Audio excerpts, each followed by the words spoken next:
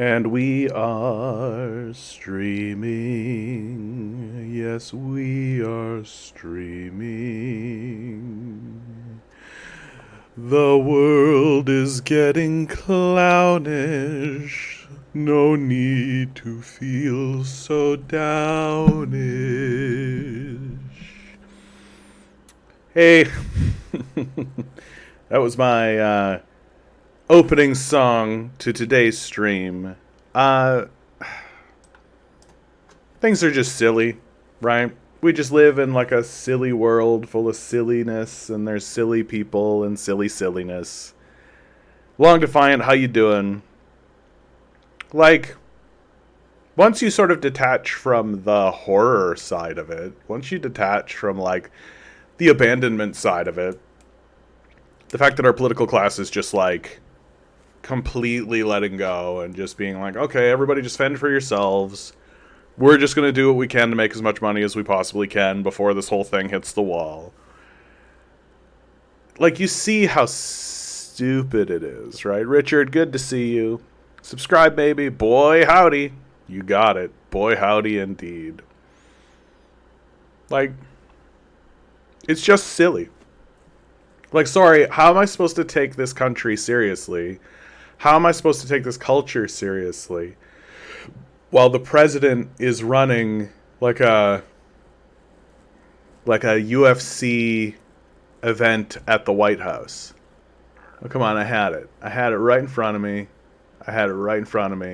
Yeah. UFC White House. Everything you need to know for UFC Freedom 250. Like, this is like some Roman gladiator shit, right? Like, this is some Roman, like, we are gonna watch, like, wouldn't it be crazy if one of the fighters pulls, like, a Marcus Aurelius and, like, calls out the empire, and it becomes this enormous, like, talking point, and all of a sudden we have to take seriously the opinions of, like, Murphy McGee or whoever the hell, and like or whatever, like Devron McIntyre or somebody like I mean, I guess that's not that much sillier than like what was going on with Kendrick Lamar. Like, Kendrick Lamar, is that his right? Do I have that name right? Kendrick Lamar? No, that's the other guy with the beef. The fella who was taking the knee during football games, right? They'd play the national anthem, and this guy would take the knee, and we were all supposed to be like, what a brave, this guy's really making a statement. And all of the whites were losing their minds about it, being like, there is a time and a place. Which led, of course, everybody on the other side of the conversation, on the minority side of the conversation, be like, okay, when's the time and the place then? When do we actually have these conversations, right? Well, it's not during my football game, you know, that is a sacred, holy space that shall not be. Peanut Butter Beatrice, good to see you. Maybe future President Camacho will emerge from the fight, and our transformation to idiocracy will be complete. I think, I've said this before, and I will say it again, and I will fight to the absolute death on this point. I'll die on this hill. I think that President Camacho was a fine president compared to the presidents we've had during my lifetime.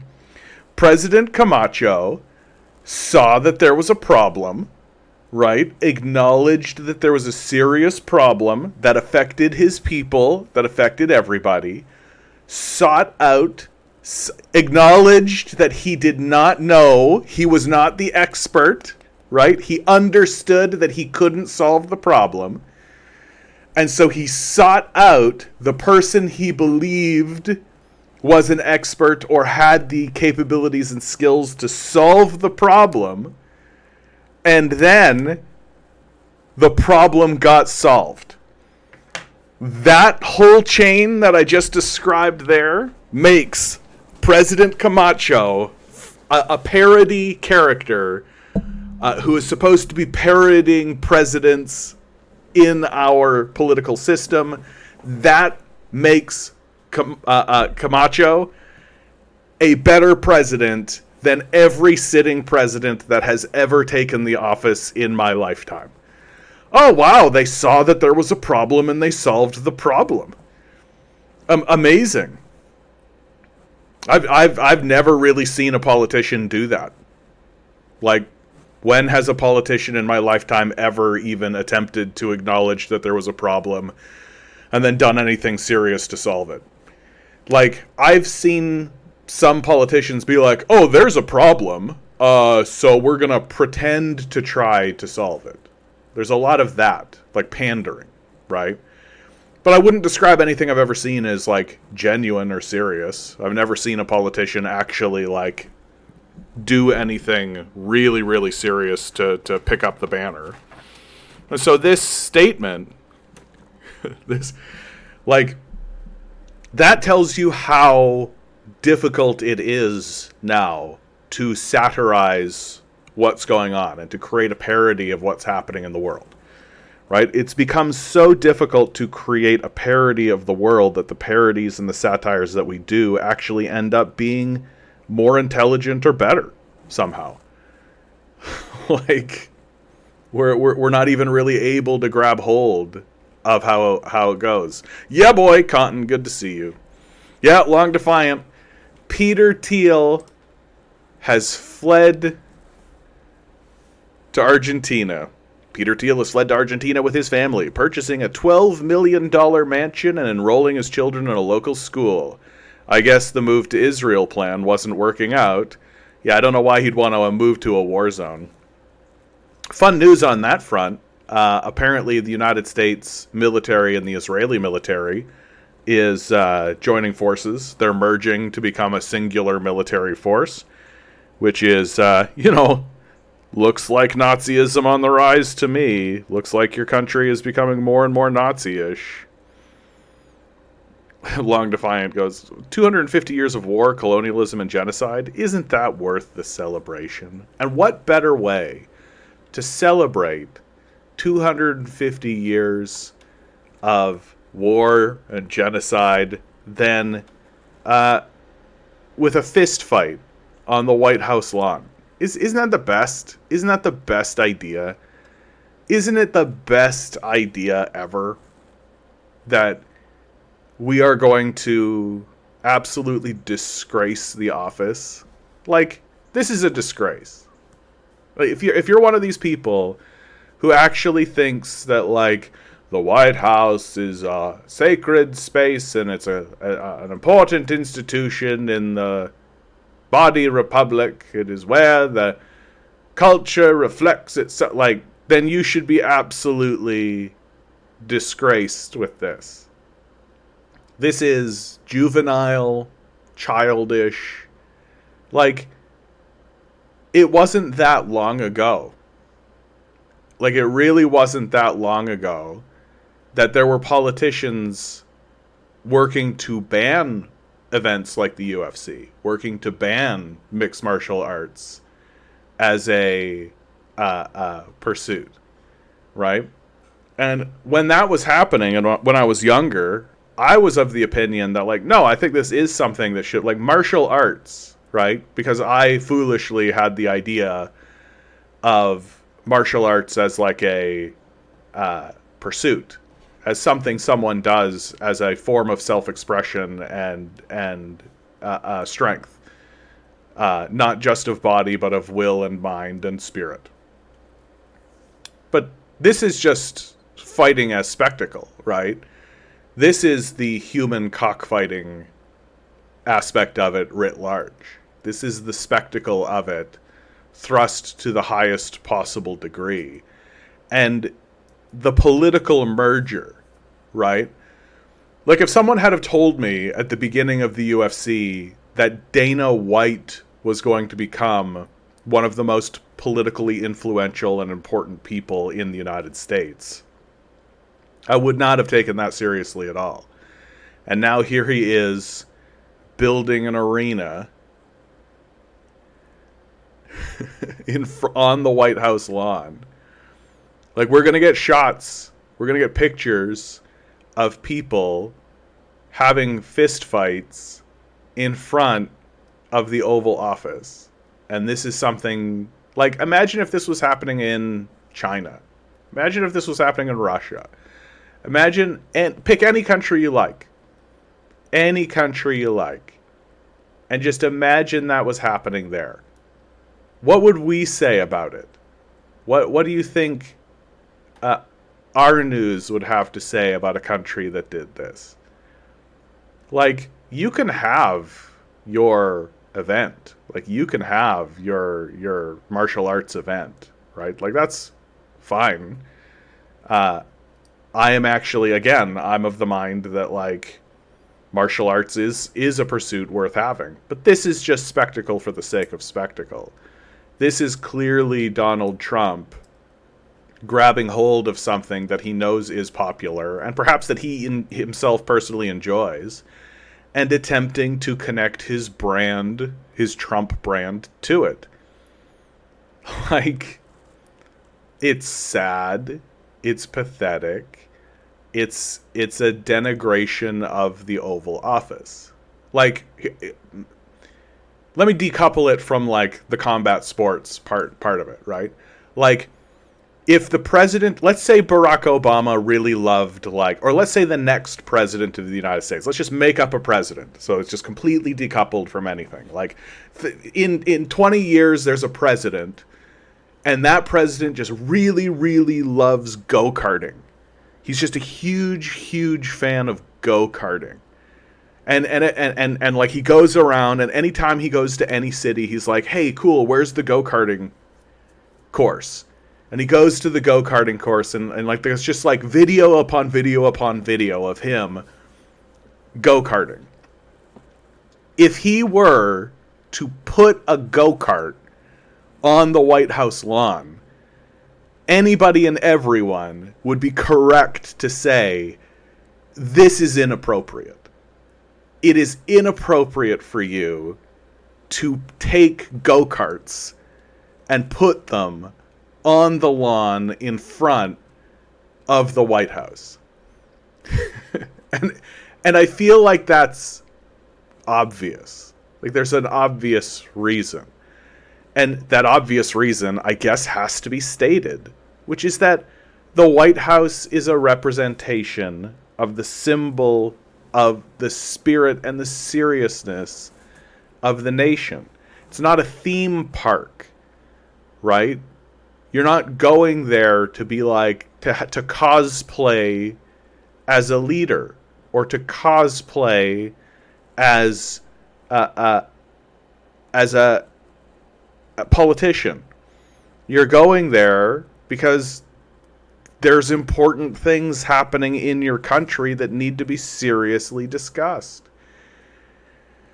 And instead of using it for that purpose and maintaining the integrity of the institution for that purpose, we're gonna have a fist fight. We're gonna have a fist fight. Yeah, long defined. I'm not surprised to hear, like, YouTube is censoring you heavily. Yeah, like, things are getting really, really bad. Like, things are getting really, really bad, and they're just gonna get worse. The I had it in my head, and then they just flitted away. Oh yeah, like, Jeff Bezos actually did an interview where he said out loud, if you raise my taxes, it's not going to help a nurse in New York, right? Which is, in my mind, an extremely revealing moment, because it either reveals that these people are sycophantic liars, which they are, but that's what this reveals, or that they're way too stupid to have this much power and influence over our political system. Like, it very obviously, if you take $1 billion that's just sitting in a bank account, doing nothing, helping no one, and you give that $1 billion to a nurse in New York, it's 100% going to improve their quality of life in a very like 1+1=2 sort of way. Elaney, good to see you.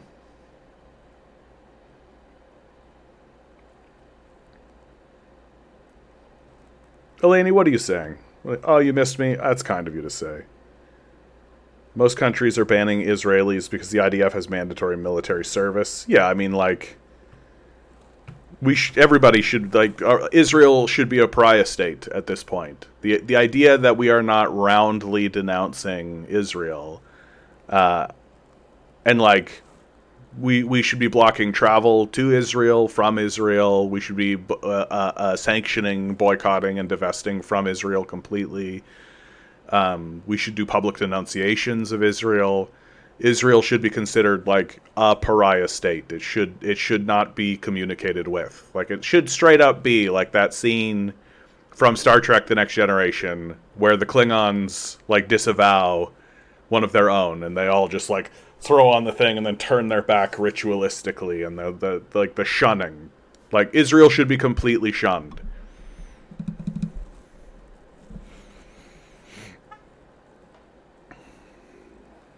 CRHU, I can't remember if I've seen you here before. Good to see you in either case. Cal Exit just endorsed Xavier Becerra since he stood up to DC. If California even soft secedes, the empire ends almost instantly. I mean, I do think that the election of Zohran Mamdani in New York has empowered people across America. I think that one of the big things that I've been hearing a little bit this last week is that there is finally like this recognition happening where people are starting to get more comfortable to say that, like, oh, like, all the stuff we've been saying should happen. It turned out not only can it happen, it's actually very easy. It actually ends up being a real easy thing to do. Like, the solutions to a lot of our problems are not actually that hard. That the systems are there. That we know how to do them, right? We just need to do them. And we're not really doing them, right?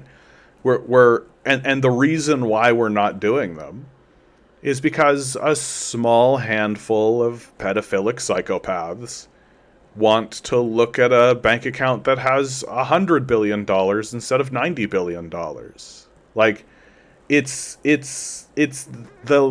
scale of the stupidity that makes it really notable. Like, this period of time is just so clearly like the stupids. Like, we like to say things like, oh, we've entered the information age, or we have we like to make age is a word that we put on things, right? Oh, this is the age of this or the age of that. This is the stupid age. Like, this is the stupids. Like, it's just, and from my perspective, it's just gotten so clownish. Like, there's no dignity to it even.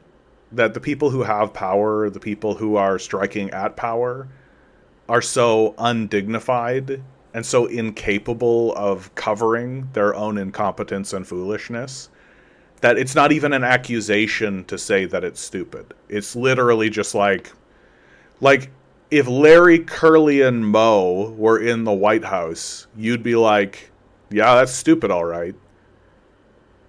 It's and in my view, it's literally no different.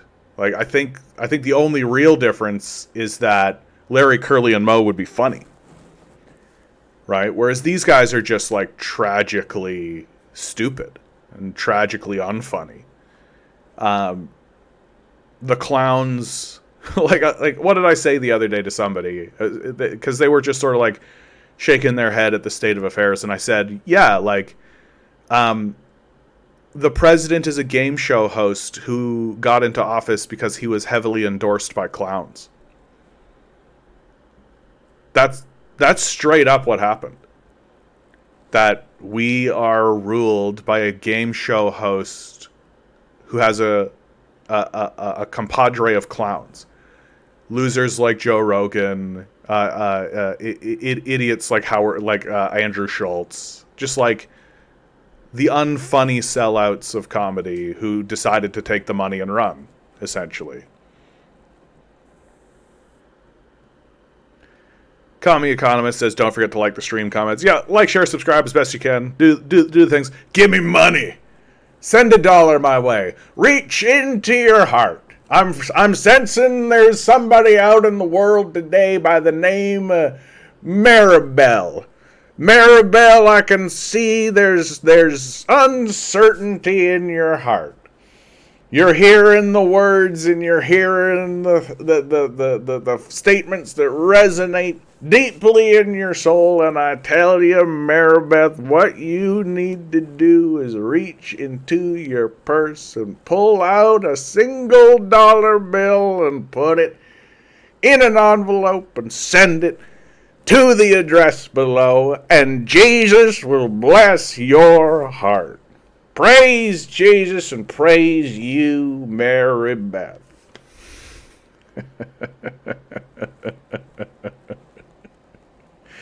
Oh, Lord. Yeah, will Maduro be part of the 250 show? Wouldn't that be insane? Like, if they start, like, bringing out, like, Maduro and, like, flaunting this kind of ridiculous nonsense. Yeah, America is perpetually stuck in middle school. Absolutely. Good to see Eggs D. Like, this tweet alone. Like, if you didn't know anything about Elon Musk, if all you knew about Elon Musk is, hey, there's a rich guy in America. And Asmongold, you know, the guy you definitely want to be on your side, the guy who you're like, man, am I ever glad that this guy is my friend, and I take what this guy has to say seriously. Zach writes, there's a very easy solution for this. Bring in the National Guard, round all of them up, and put them into forced labor camps. Shoot the ones who are violent and attack the police. Done. You can literally solve this problem overnight, but we choose to allow these animals to run wild. This is a real tweet that this guy was put in public, who for some reason has a following and is taken seriously. Elon Musk responds with 100 emoji. If this was the only thing that you knew about Elon Musk, your conclusion should be, oh, this guy should simply have no power. He should not have wealth. He should not have assets. He should not have power in this society 100%. To do a, like, thumbs up to what is genocidal rhetoric should not be tolerated at all. It's simply not a free speech issue. If someone is threatening you with physical violence, it is not a free speech issue.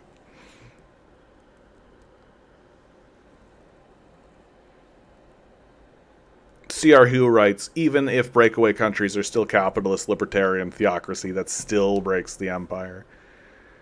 I think the thing that's really scary for the United States military moving forward is that their military, like, the only real edge they've ever had is their military supremacy,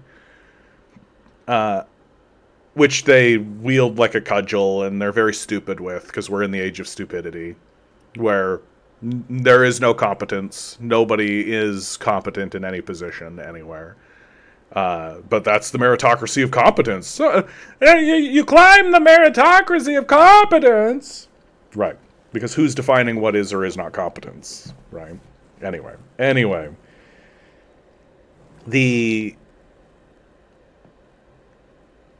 What's really going to hurt the American empire is that their military is no longer equipped to actually be a powerful military. And Iran is really showing that to be the case. That drone warfare has now made it so every single conflict is mutually assured destruction. That nuclear bombs used to be the level of mutually assured destruction, right? That you wouldn't want to attack North Korea, let's say, because North Korea has nuclear bombs and has made very clear that they will use them if they are attacked. And so the theory of mutually assured destruction is completely on the table. You can't attack North Korea because they will nuke you. Okay, well, not every country has nukes. And there's actually some countries that are like, we don't really want to have nukes. We actually think that nuclear bombs are like really bad. Those countries routinely get attacked by the United States because the United States is like, yeah, we can just attack them and they can't do anything to us, so what's the problem? But now drones have suddenly become so cheap. Like the Iranian military, like the strength of the Iranian military is their drone army. For $10,000, they can build a drone that's capable of blowing up when it hits a target, right? And if you want to have an interceptor to try to get in the way of that drone, it's going to cost you $1 million. Doesn't take a genius to figure out the economics of this. And so for every one interceptor missile you send up into the sky, you can send 100 drones. That doesn't take a genius to figure out where this is going. That we are entering a phase of military warfare where if you attack a military, if you attack a city, if you attack somebody, they can just bombard you with cheap nonsense fodder that you will get hurt with. Like, it will damage you. And because of the range of these things, because of the nature of it, like, they can hit your cities. They can hit your targets. Like, they can hit you. Israel is figuring this out. America is figuring this out.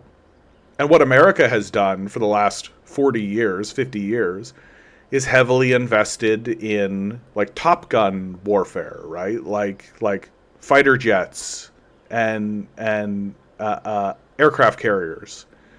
Tons of aircraft carriers. And these things are steadily becoming just obsolete. They don't really matter that much anymore. Because for not that expensive a price, any country is going to be able to arm themselves with hundreds, if not thousands, of these drones that are going to wreak havoc on you and are going to cause damage.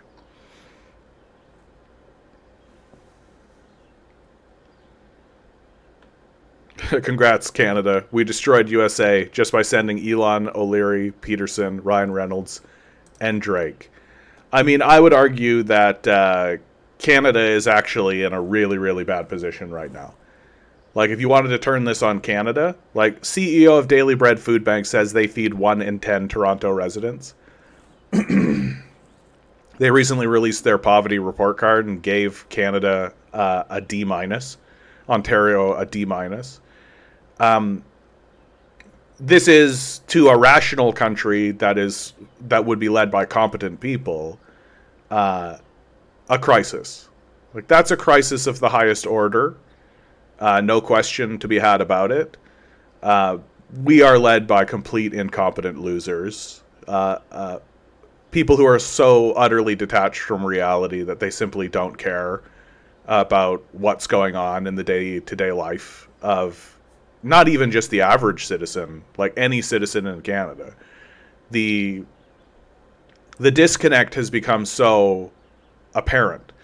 And what's clear, like, and unless you really are still clinging on to this, like, absolute gullible belief system, which it looks like the majority of people really are, that this is an extraction project. That it's nothing else at this point. That there are resources that the Epstein class wants to get access to here in Canada.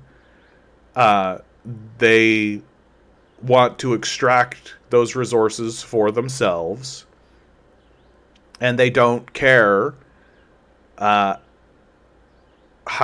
who they hurt or how they get the money from doing so. And so the idea that, like, you should have a decent quality of life. It's just not even part of the conversation. It's just not even something that they genuinely care to even bring to the table. And there's a clip circulating right now of Mark Carney being confronted by a politician asking him about the poverty, and he just hand waves her away and walks away. So they're not even interested in fielding the question. The opposition party, the allies of the liberals, the conservatives, right? They're not fielding these questions. They're not bringing it up, right? Even Avi Lewis, who is supposed to be your big leftist person, like, where is he on this? Like, why are we not talking about, like if you're looking at a tub and you pull the plug out of the tub and the tub is draining, it drains from the bottom, right? Glub, glub, glub, glub, glub, glub, glub, glub, glub. And that's absolutely what's happening. Hull writes, they expect impoverished people to behave. They can F off and F that tweet. Yeah. And this is their strategy, right? Is that they are going to militarize the society. They've got their cop cities. They're building up their military power.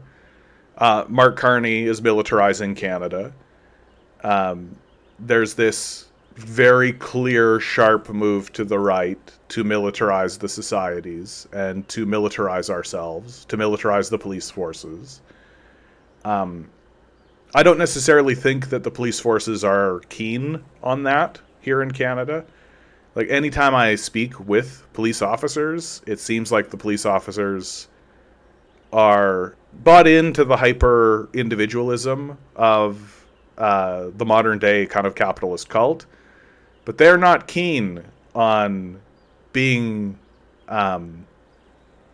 enforcers for capital. That's not really how they view themselves, even though materially that is what they are.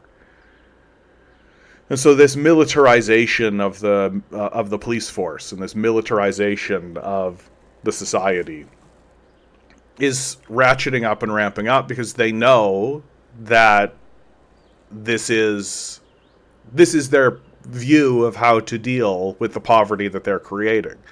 The stupidity of it, though, and why it really enters us into the stupid era, into the stupid age, is that they will end up spending more money to militarize the society than they would simply by just providing food and shelter to the people who need it.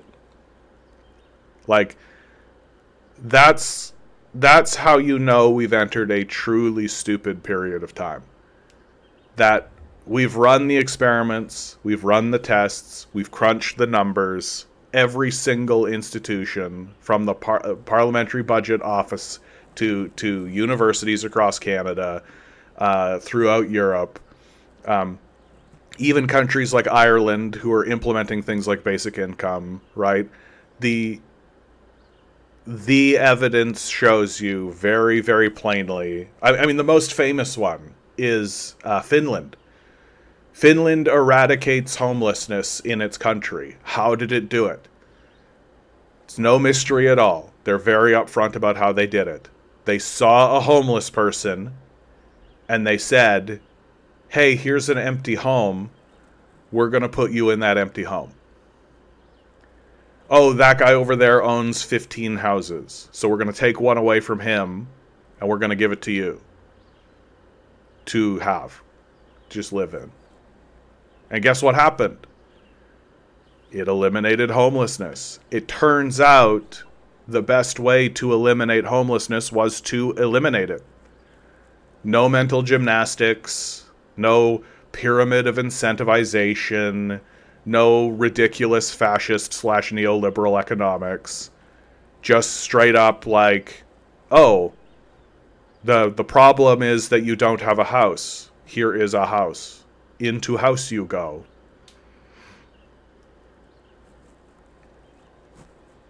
And what they found, and the reason why they moved on it, the reason why they were like, this is the proper thing to do, is that it was cheaper. Is that it cost less money to do it that way. Like one of the things that Americans are truly still struggling with, and it's baffling to watch people struggle with it, is that a universal healthcare system is cheaper. Like, you have all of these far right Nazis and libertarians and Republican and conservative brain people being like, efficiency, it's about efficiency. We want to have the most efficient efficiency to efficiently efficientize our efficiencies. Well, the most efficient thing to do is to have a universal healthcare system. That's by far the most efficient way of doing it. And nothing's even remotely close. It's so efficient that most of the nations of the world have done it. And the nations of the world that haven't done it have so heavily regulated their private sector healthcare system that it might as well be a single-payer healthcare system. Like,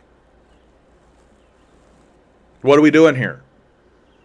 What's this rabid religious belief that has taken over our countries?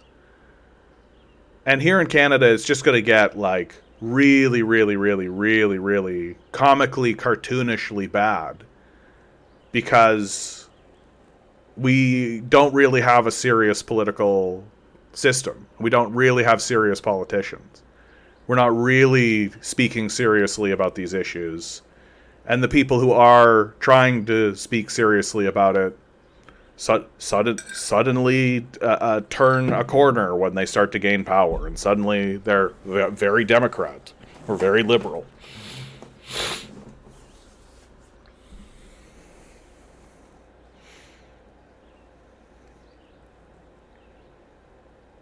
Yeah, the U.S. isn't desperate enough to do what Elon wants. Wait around a little. Oh yeah, no, we're gonna get there, guys. Like we're 100% gonna get there. This is the thing I keep saying, and you're seeing it in Ukraine, right? Like Ukraine is using completely autonomous drones now and no outside control mechanism. Yeah, like we are straight out going to see like the Nazi salutes in the parliament on primetime television. The president of Ukraine, which won't be Zelensky for too much longer. But like the president of Ukraine will end speeches with the Nazi salute. Like it is 100% coming. And there's this normalization of it. There's this normalization of Nazism that is entering the discourse and will continue to enter the discourse. I continuously say the place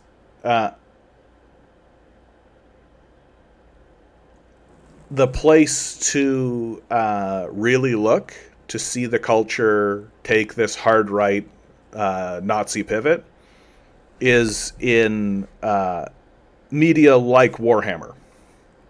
Henry Cavill is about to release some Warhammer stuff, and it's going to be like pretty lore accurate. Everything that I've been seeing from behind the scenes on it shows me that he's really, really, like, what's the phrase? He's told the writers, if you haven't read the Codex, don't bother me with it. Like, he wants everything to be right in line and lore accurate. And, like, that would be fine. I would actually be in favor of all of that. Except that Warhammer is very obviously like a satire. It's a satire of Empire. But now, because we are so stupid and clownish and insipid, we have failed to recognize that's what it is. It's like the people who watch Stormship Troopers and are just like, yeah, kill those bugs. Yeah. They just like, completely miss the point. You're going to have a whole bunch of people. And there are people who like, they're playing like Helldivers.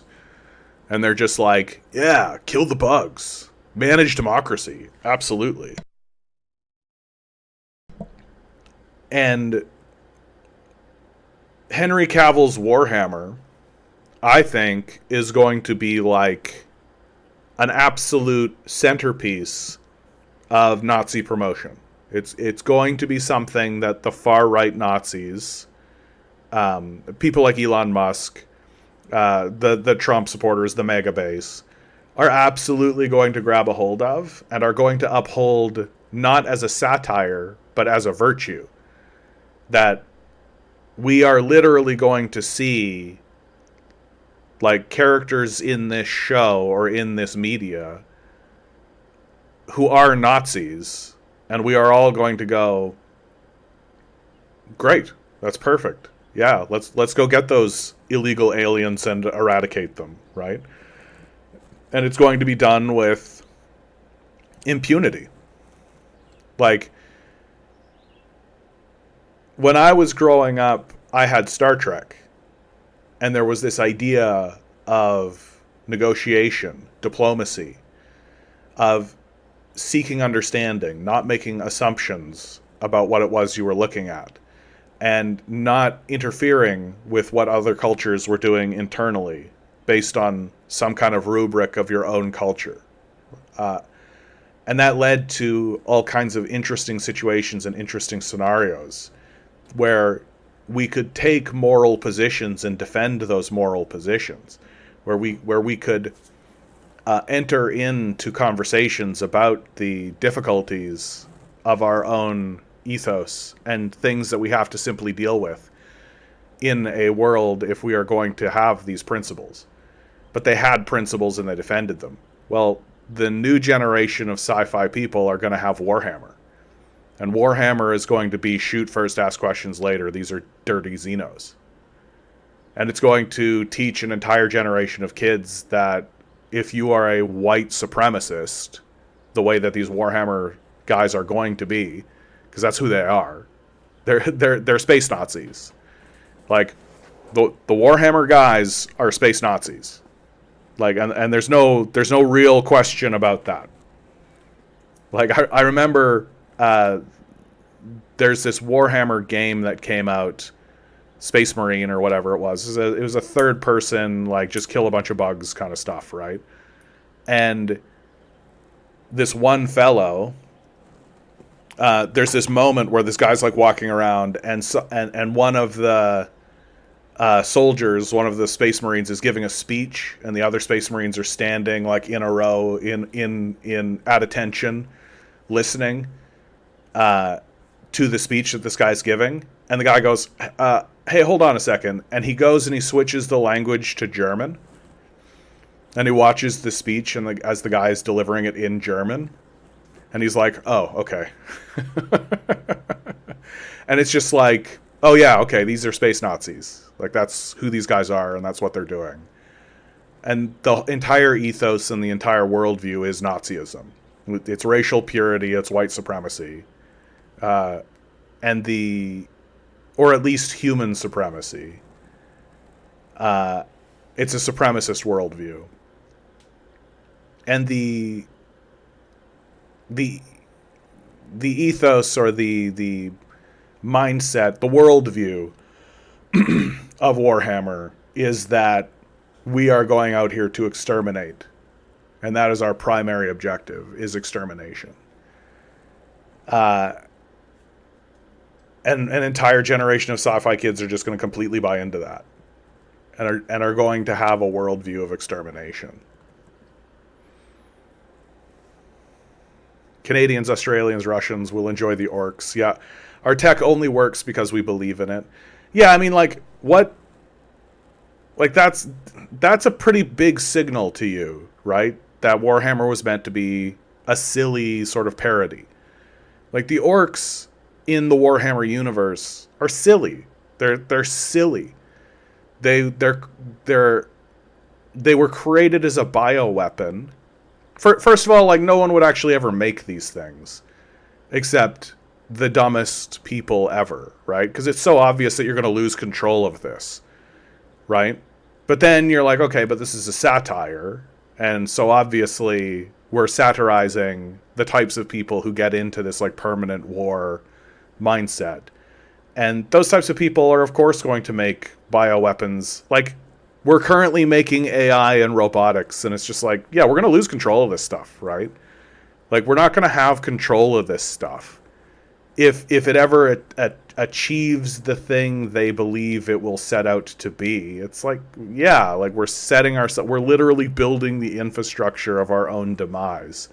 If it becomes the thing you want it to become. That's what's so stupid about this. Like, I don't think it becomes the thing they want it to become because, like, AI isn't actually the thing they're promoting it to be. It isn't intelligent. It can't solve problems. It's not going to, like, there's a revolutionary aspect to it in the same way that, like, combines revolutionized farming, right? Like, having a robot that can be shaped like a human, do human tasks to a certain degree, is just automating tasks, right? That's not new. That's just an extension of the thing that we've always done. There's just like a lot of salesmanship going on in that conversation.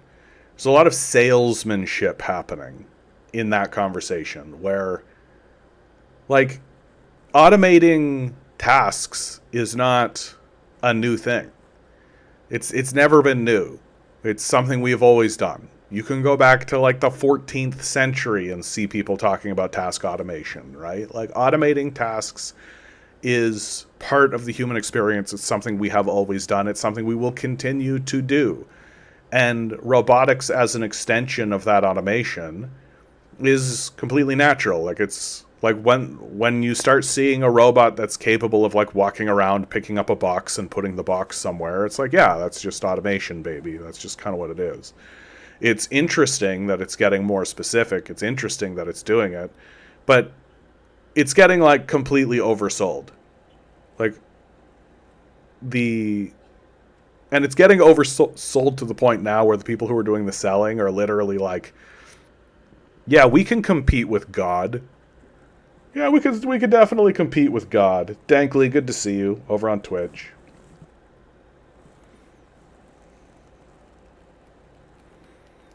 Content writes, I'm happy right now that Backrooms is putting belt to ass on Star Wars. I'm hearing things about this Backrooms. Backrooms is like a psychological horror thriller, I think, that is gaining a lot of traction. I actually am starting to get to the point where I might actually have to check this out. Because it's getting like a lot of buzz. It's getting a lot of buzz. And it's getting a lot of buzz from as like an independent IP. That's the thing that makes it the most interesting to me. Like, I typically stay away from film and television generally now because I find most of it to be like stupid, frankly. Like, I find a lot of it to be just very stupid and sort of like insipid would be the word that I would use. And like, you're just watching it because it's Star Wars. Like, it's got this brand on it, and you're like, well, brand loyalty, and what else am I doing with these 2 hours? And I'm like, staring at a wall. You could stare at a wall. That would be better for you. You could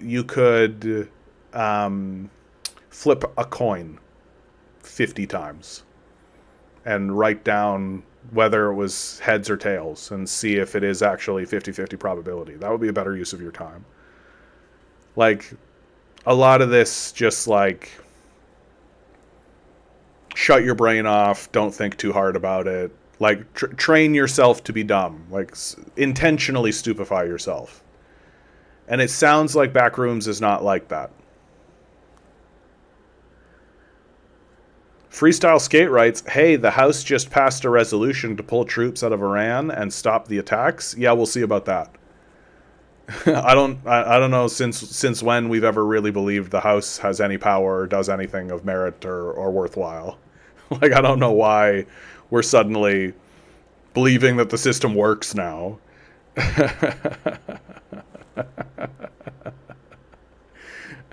It's interesting. You're not wrong, Freestyle Skate. That's an interesting moment.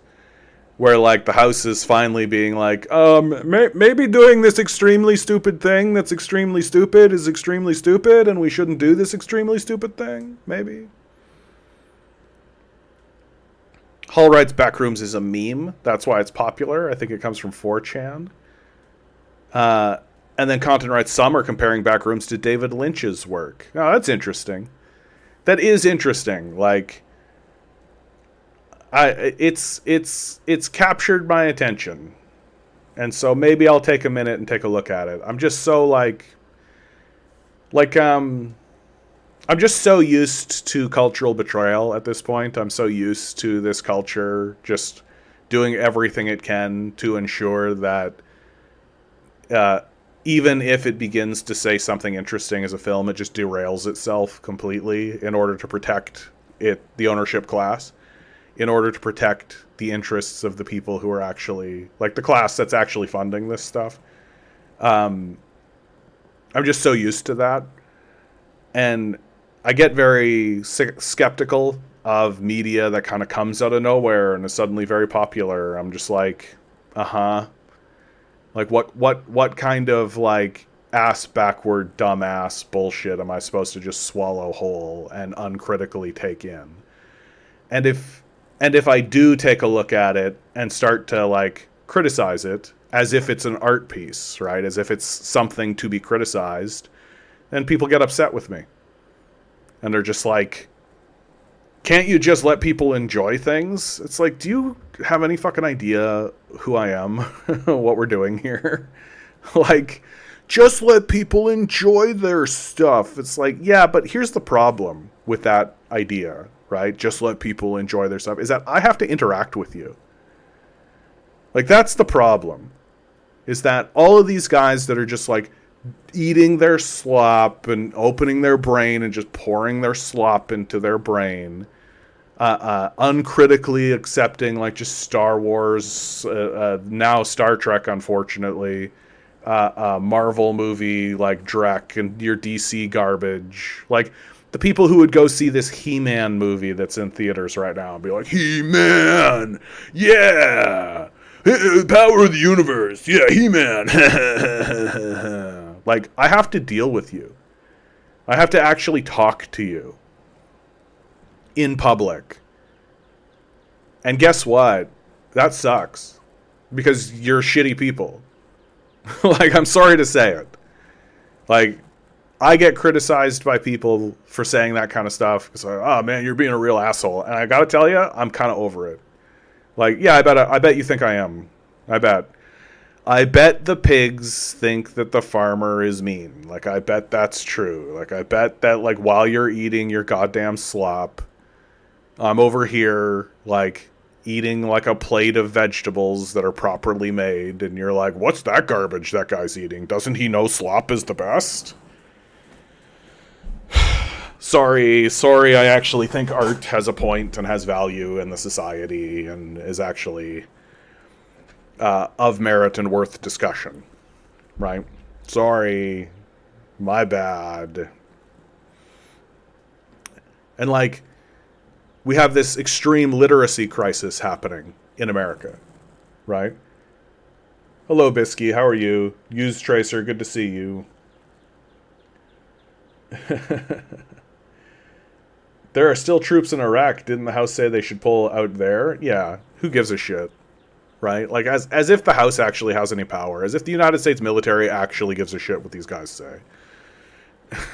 Silent Green is people. The people who watch Babe while eating a bacon sandwich, yeah. Ong Knowing says, the Backrooms, honestly, the ads gave me the sense that it was written by AI. I don't know, people who have seen it, it's getting big reviews. Like, and not big reviews from, like, hello, I have been paid by a studio to review this. Like, it seems like the people who see Backrooms are coming out being like, this is a phenomenal film. Which feels rarer and rarer, right? Like, it's just so often the case that you watch a film and it's just like the thing that I think is really going on in the society at the moment, and I've seen this happen a few times I don't want to name the films that I think this way of, because I do think that someone's going to pop up in the chat and start to defend the film, and I don't care. Um, but there are lots of films that people have been like, this film was great, this was a good film, yeah, whoa, what a good film. And it's like, then I go watch the film and I'm like, this film is like a C film. This is like fine. It doesn't really say anything. It's not really attempting to say anything. It's okay. And I've had that kind of happen over and over again. And what I think is happening is that we're in such a, like, we're inundated with media. There's so much of it. We're so awash in it. And most of it is just total garbage, like absolute sloppy dreck that's just exists to numb your brain out. It exists in the same way that, like, drugs exist. Just like, put this in your system, zone out, stop thinking about the nature of your life. Just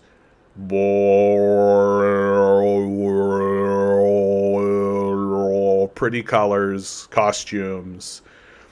There's not much to it. Don't overthink it, right? Just how you're not supposed to overthink your life. Like, train yourself not to think is what a lot of this stuff is. And so when you're in this kind of media environment and when you're in this cultural environment of anti-thought,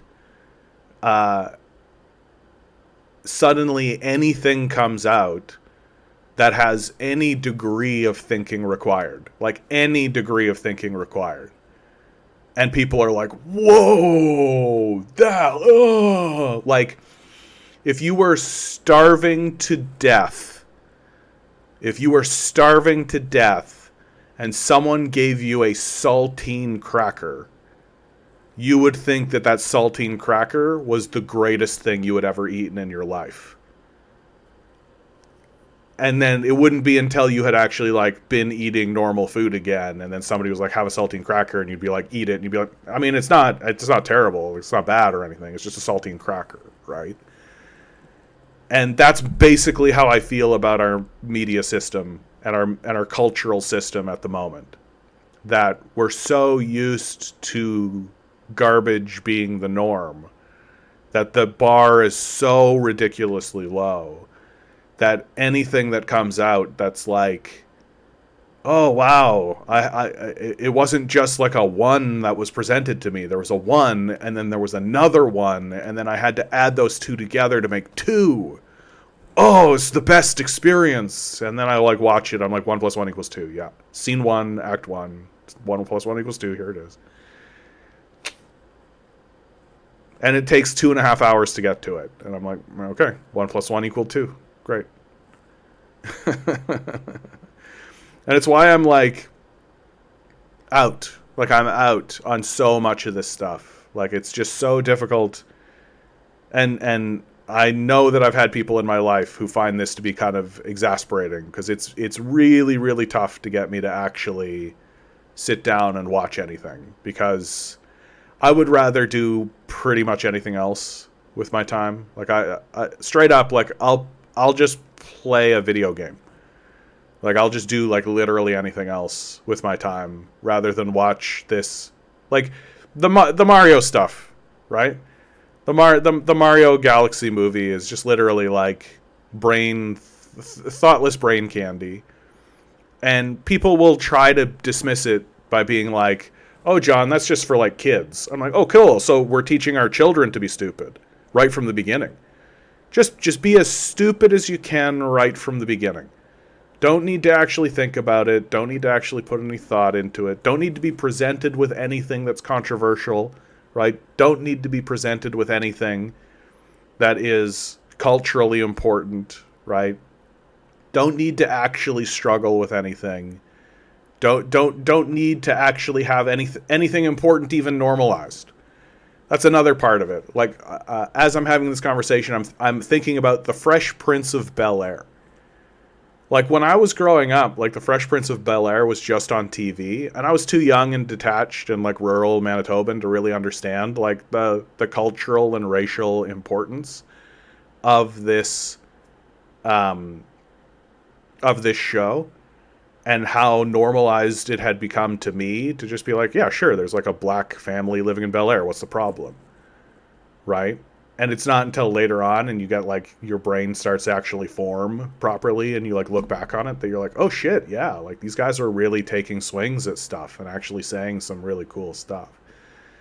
And now everything just has this kind of like homogenous mold, like boo. And even the stuff that's attempting to take stabs at like cultural commentary are so clumsy at it that they alienate the very people they're trying to draw in.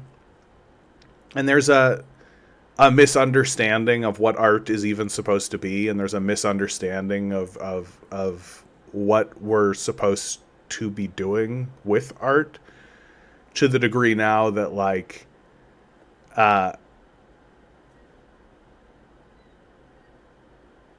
highest form of art that we're looking at now is straight up just clowns and comedians. Like, I'm watching Conan O'Brien do a Harvard commencement speech, and people are like, wow, it's the writer of The Simpsons. This is the apex of our society. This is the thing that we should be like. And I'm not trying to say that it was a bad commencement speech or anything, but it's like, this is how low the bar has gotten. Ugh. JT writes, that show had some neat moments. I'm going to assume you're talking about The Fresh Prince of Bel-Air. Honestly, dude, go back and look at The Fresh Prince of Bel-Air and, like, pay a lot of attention to Carlton.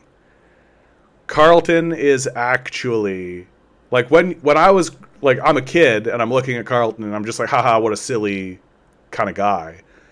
But Carlton is actually, like, Alphonse, the guy that played Carlton, you can really tell, like, this guy has so much awareness of the character and what he is trying to put into the world. And he really executes on a brilliant character that, you know, you don't really see this guy very often. You know, you don't see this character very often. Content writes, dude, no, not a single jot of Backrooms was written or made by AI. The set was made literally a 30K square foot replica of Backrooms. I don't know what Backrooms is part of it. Like, I don't know what this is. Lawnmower Man just says Knives Out movies. Aren't I excited about the new Animal Farm movie, though? Finally, political movies. Yeah. like... To me, like, the most heartbreaking of it all is just Star Trek. Like, and the more I think about it, the more I think of examples of, like, oh yeah, like, there's an episode of Star Trek The Next Generation where they go to a planet that is ruled by essentially, like, African black people. And this is being made in, like, the early 90s, right? And the Starship Enterprise goes and visits a planet of, like, black African people who are just as African as it can get. They're wearing the regalia, they're wearing the garb. And as part of the, like, ceremony of greeting these black African people, Captain Picard, like, kneels before the king of this place or the ruler of this place. And when I'm a kid, it's just like, okay, cool, this is, like, what's happening. And, like, I look back on it now, especially now that, like, the MAGA crowd is in control. And I'm like, holy shit, like, what a massive political statement this is. What an enormous political statement. Like, the show is saying, like, can you imagine, like, the president of the United States visiting Kenya and bending the knee and bowing to the president of Kenya? Like, not a thing, not real. And that Star Trek presents this idea of, like, humility, that we should have self-awareness and be willing to like ceremonially forget it. We should be willing to abide by the ceremonies of other cultures and respect other cultures and respect what they have to say. Now Star Trek is basically just liberal garbage. Like, it's just got a liberal, liberals are the types who want slaves to be treated better, but they want to uphold slavery. Like, that's essentially what liberalism is all about. Just nice slavery, right? They can wear the same clothes we wear, right? Like, they can go see movies like we can see. Baldy, good to see you, my man. Hull writes, I need a movie series or TV to be deep, pragmatic, or conspiratorially informative, or else my brain just shuts off. I want to be educated all the time, especially in politics and science. But that's what the media is about now. It's about shutting your brain off. It's about training you to have a brain off life. Don't think about what's going on in your reality. We're going to entertain you into stupidity. Right? We're just going to have you be stupefied. And that's where we're at. And it's manifested so very clearly in our politics. Baldy McNosehair with a $10 donation. Oh, thanks, Baldy. I appreciate that. Writes, dude, no joke, when I clicked on your stream, an ad popped up from the church... from the Church of Jesus Christ, asking me if I was ready to connect with Christ. And I was like, no, thank you. Dude, that 100% has to be because I did that shtick. I'm telling you, boys and girls out in the world today, if you find Jesus Christ in your heart, you reach down into your heart and into your soul, you'll find the Spirit of Jesus Christ inside of you. Maybe that's the shtick that I need to do if I want the algorithm to like grab hold of me and start recommending me to people. Maybe it's the Jesus Christ stuff. Right? Everybody, let's pray to Jesus Christ. We could create like a whole code, right? That instead of me talking about Karl Marx or Marxism, right, I could start just, every time I would say Marx or Marxism or communism or any of this, I could just say Christ and Jesus. And you guys would be in the know. And so you'd be like, okay, yeah, Marx, yeah, we're not actually talking about Jesus. But then like people could come in here and I could like have conversations about Marxism and about like anti-poverty and about this kind of stuff. That Jesus is Christ for the algorithm. Exactly. We're just going to get a huge inundation of Christian fascists. That's what's going to happen. They're going to see like a white guy talking about, although I think the Soviet flag in the background is a bit of a, that ad has been around for a while. They got the trad wives to do these ads. Somebody pointed something out about the trad wives and that whole movement of trad wives that, was like a checkmate. I was like, oh yeah, you got him. The whole thing about trad wives is like not having an opinion, letting your man do the thinking for you, right? And so this woman said, oh, okay, so if that's your whole shtick, then what are you doing on social media? What are you doing spreading your opinion around and like having an opinion and being involved in the culture at all? Shouldn't that be your man that's doing that? And it's like, checkmate. Eleni writes, Canadian commie is more of a Christian than these self-proclaimed Christians. I mean, I take a look at these Christian fascists and I'm just like, you would be denounced by Christ for sure. Ditto says, Jesus was a communist. Yeah, I mean, they were. Like, if you read the book of Acts, you're like, oh yeah, these are communists. Yeah, trad wifery is just porn. Yeah, it is. It's a type of pornography, for sure. Like, I definitely... the real Tuck says, I enjoy Star Trek, but it has definitely always been liberal. No. Absolutely false. False! Star Trek The Next Generation, especially the first season of it, was explicitly communist. It was explicitly communist. That everything that Picard was talking about, everything that they were talking about in the first season of Star Trek The Next Generation was explicitly communist. They were literally one step away from being like, as the ancient Earth philosopher Karl Marx once said. There's literally an episode of Star Trek The Next Generation where they find a cryogenic casket floating in space, and when they thaw out the human that is in cryo sleep, they find out that it's a human, a capitalist from 400 years ago who wanted to live forever. So Peter Thiel, basically. They find Peter Thiel floating in space. They thaw him out, and they have like a whole conversation about what it's like to live now in a world that is post-communist, or post-capitalist, rather. That the worldview of Star Trek, like, liberalism is not trying to create a post-capitalist world.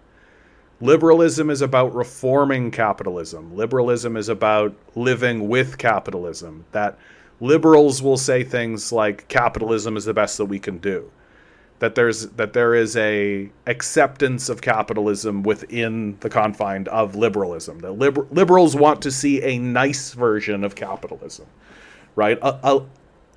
Like during the Confederate slave period in the United States, a liberal would have been the person who was like, we don't need to whip them though, right? Like, yeah, I understand we need discipline and all that, but we don't need to whip them, right? Like, that would be a liberal, essentially. And that Star Trek, the original Star Trek was like this too, which Lucille Ball was one of the people who funded the original Star Trek, by the way. It's more like Lucille Baller. And then Star Trek The Next Generation was explicitly communist.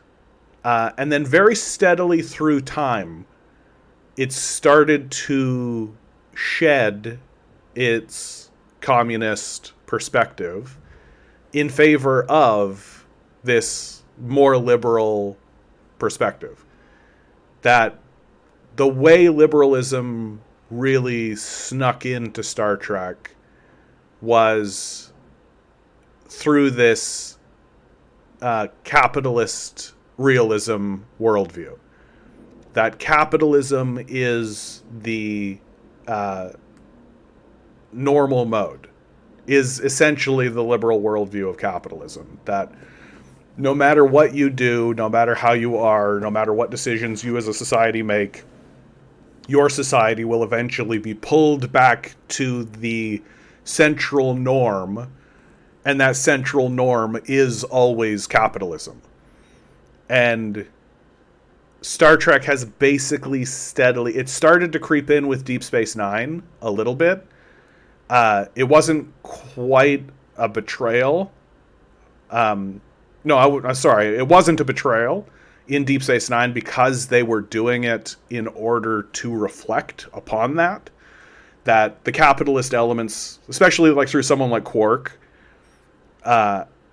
exist within Deep Space Nine so that you can have that conversation. Because one of the big critiques I have of Star Trek, early Star Trek and Star Trek The Next Generation and Deep Space Nine, is that they presented this world that was post-capitalist, but they didn't really present an argument of how that happened. Right? They didn't really say, like, how did we actually get here? And the closest you can ever find is someone like O'Brien, who makes, in my view, probably the strongest case within the Star Trek universe of a violent revolution being necessary for the upheaval of the capitalist system.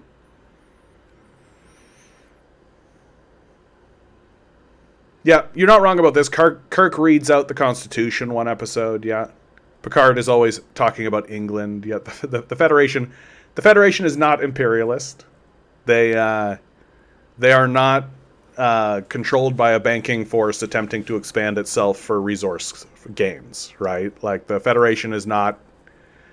Even I would argue that even like modern Star Trek hasn't degraded so much that it's become like imperialist or imperialist propaganda. I would just say that it's become essentially liberal. Like it's all of the themes are about identity, and it's not about class. The class conversation doesn't really exist, and that identity politics have essentially taken over Star Trek because that's something of a safe space, and that's something that Star Trek always dealt with. Like, I would actually say that Star Trek: The Next Generation went much further in terms of its identity politics because it includes things like, hey, sometimes rocks can be alive. Which, can you imagine? Can you imagine our leaders? Like, if you presented them with the idea that, like, hey, we found a species of rocks and they're alive, what do you think they would say? I don't give a fuck. Blow these rocks up. They're in the way. Like, there's gold in them. There rocks. Like, blow them up. That's 100% what would happen. So, and that's not to say that there isn't things to criticize about Star Trek: The Next Generation. Hey Ben, how are you? The actors themselves had criticisms. Like, in the early episodes, Picard has like a fish in his quarters. And Picard, Patrick Stewart actually said of that, he was like, this is weird. Like, it's weird. Why would I have this like fish in a cage? Like, it doesn't make sense. And Deanna Troi actually pointed out at one point, she was like, why am I in this like slinky onesie? Like, it's kind of, don't you think that's kind of weird? Shouldn't I be in uniform?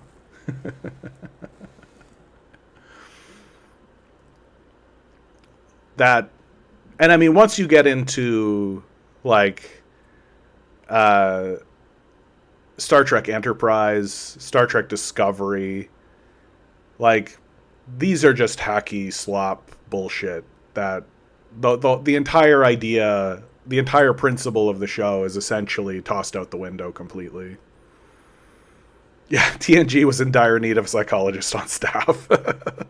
Yeah, probably. There's a podcast that I've been tuning into every so often, and it's Jonathan Frakes and Brett Spiner. And they give their perspectives on that show every so often. And I'm like, oh yeah, like, these guys were like raucous. There was just like a lot of fuckery.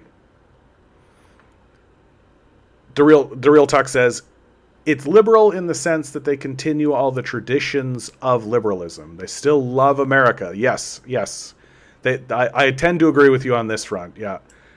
They accept that they have to walk lightly. Like, they know who their audience is, and they don't want to expose too heavily the crimes of American imperialism, right? They love bourgeois democracy instead of proletarian democracy, yet they never talk class. When they do talk about class, you're right about this too. Like, the show is bereft of how we get to this, right? They don't ever really sit down and say, like, okay, we used to have like a bourgeois ownership class that owned the means of production. And when they do speak about the past, i.e. what's going on now, there's this understanding that what we're doing is catastrophic, but they're not actually like taking you by the hand and walking you down the garden path. I would still argue that what they are focusing on is a communist vision of the future. Like, it is explicitly the case that capitalism has been eliminated from their society, right? They do not have a bourgeois class. There is not an ownership class in Star Trek. Like, and that's explicitly stated. But they don't actually make the theoretical case of how that occurred, how that happened, where they came to. And, like, they are explicitly a moneyless society. Like, nobody on the Enterprise is actually doing it for money, right? Like, they're not buying a property somewhere. They're not doing any of that kind of stuff. Like, there's an organizational system that exists to put people in positions of power and authority, but it doesn't seem like it's based on like nepotism or how much money somebody has.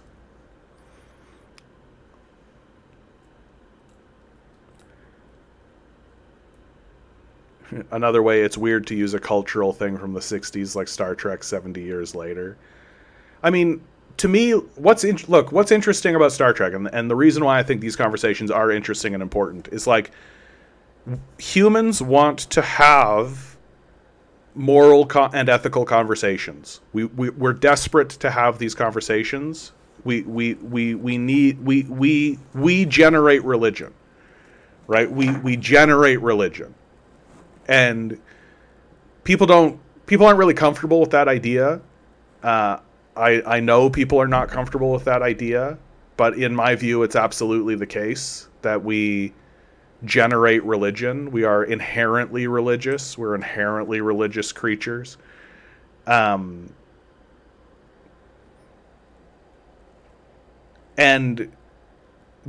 World War I and World War II essentially destroyed the common language that we were using to have moral and ethical conversations, because those wars discredited the institutions that were upholding Christianity, right?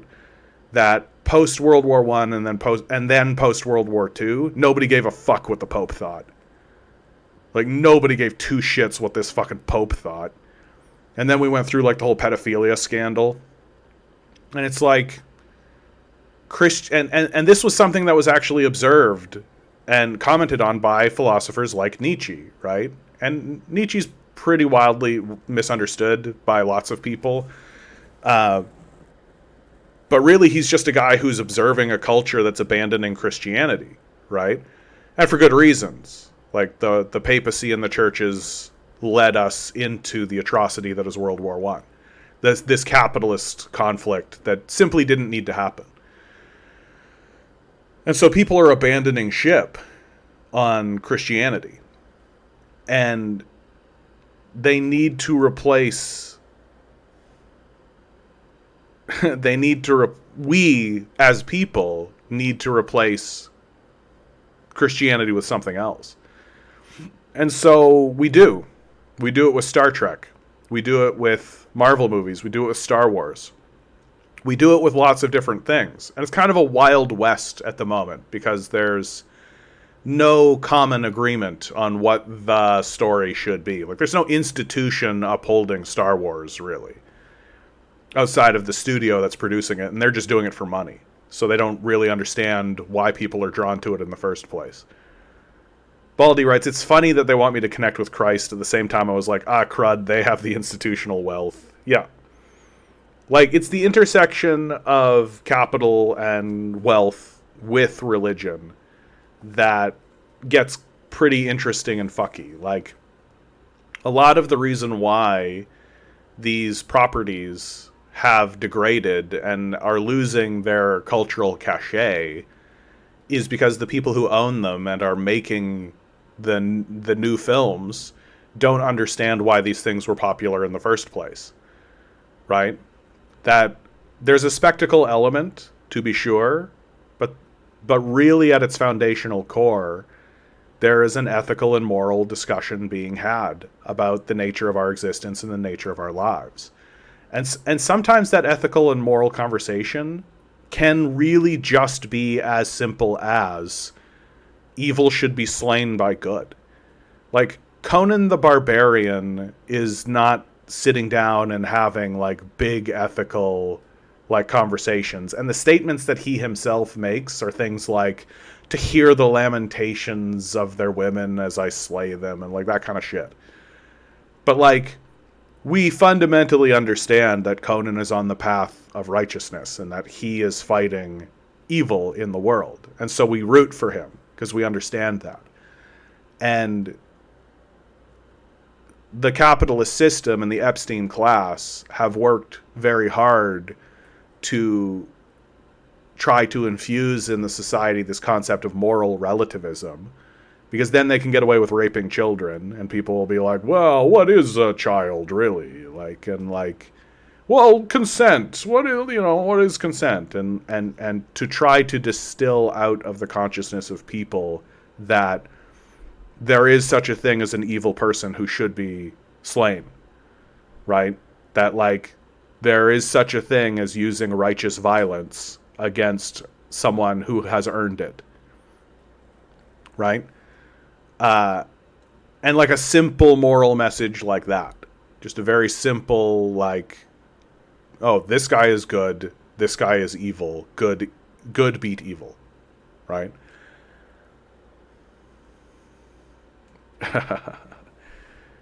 Just put ads on videos like yours. Yeah, with all the money I have, I can definitely. Yeah, and the real talk, I think you and I are seeing eye to eye on this. Yeah, you say, I see what you mean. Within the bounds of the show and the US TV culture at the time, they went really far. In that context, they did an amazingly close vision of communism. But I think it's like liberals trying to imagine communism, and it ends up with a liberal character. I think that's exactly right, right? And I think, especially once you start to see, like, it starts to creep in a little bit with Voyager, although I would argue that Voyager was just like this. Voyager is the moment when I think liberals were like, okay, we don't know what else to talk about, because the show is starting to get to the point, or the premise is starting to get to the point where they're trying to infuse more realism into the show. They're trying to make it a little bit less mythical and a little bit less grandiose, and they're trying to entrench it a little bit more in like a realistic worldview. And after a show like Deep Space Nine, the only real territory that you have is, guess what? Class, right? Like, that's where Star Trek was supposed to go. And there were writers who wanted to go there. There were writers who were like, we should start having more serious conversations about class dynamics. Star Trek Deep Space Nine, if you actually go back and watch it, they, like, the Ferengi are absolutely space capitalists, and there are absolutely big conversations about class that sort of get whitewashed away into race relations. Right? Like, that's where the conversation sort of gets pivoted into. But it's very clear that we're having a class conversation, like, of ownership, and that the Ferengi themselves are a commentary on capital and capital accumulation and capitalists themselves. And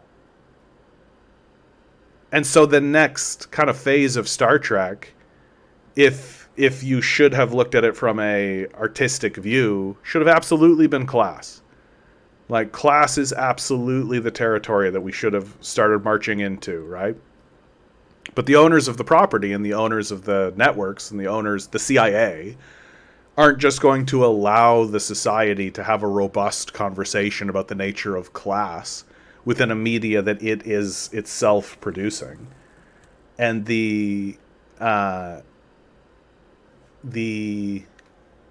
so they have to create a show that's like, let's just throw them off into the Delta Quadrant, and it'll be like they're trying to find their way home, and like. But even within the framework of that conversation, of that show, it was pretty obvious that the writers of that show didn't really understand the principles of their own show, because they never challenged it. Like, what better way to challenge the base principles of the Federation and of Star Trek than to put a ship in this very difficult situation? And they just kind of never did it. Oh, Baldy McNosehair asks, John, what's a trad wife? I've never heard about it until now. Okay. So the trad wife movement that exists online is like a niche movement, so I'm not that surprised you haven't heard of it, but it's like traditional, right? Traditional wife. And essentially it's a woman on the internet creating content to espouse the values of like a 1950s wife. Like that 1950s housewife, like the Stepford Wives, kind of, right? The woman who stays at home, has the kids, cleans, cooks, defers to her husband, right, on political matters. Like the type of woman that the modern feminist movement has essentially been fighting against the entire time, right? We all have the vision, right? That usually when we're presented with the image of the traditional wife, the trad wife, it's to criticize that figure, right? And it's to say that figure is not something that we should be upholding. It's not. It shouldn't be how the culture is. And there's a really great book called Caliban and the Witch that really goes through the rise of this figure, the traditional housewife, and the nuclear family, and where did this come from? And this wasn't always how we organized ourselves, and goes through like some pretty serious times that the feminist movement had. Like here's a fact that I didn't know. Here's something crazy. In the 15th century, it was legal for a man to rape a woman. It was just legal. Any man could grab any woman and rape her, and it was just like, boys will be boys. Like, on the books, legal. Not like we forgot about it. Just straight up like, yeah, sometimes a guy's gotta get some relief. And so you're like, yeah, we need some feminism in this conversation. Like, we need to be having feminist conversations. And so, but pivoting away from that into, so you have the trad wife movement, which is essentially just kind of a pornified version of the concept of the trad wife, of the traditional wife, where the woman online is not that much different from like an OnlyFans model, except instead of like selling her tits and like the sexual aspect and like sexuality, she's selling like this fantasy version of a lifestyle, right? And that they're taking advantage of what we have come to know as the loneliness epidemic, where kind of estranged young men are so desperate for some kind of feminine connection, some kind of female approval, some kind of femininity in their life, that they are gravitating towards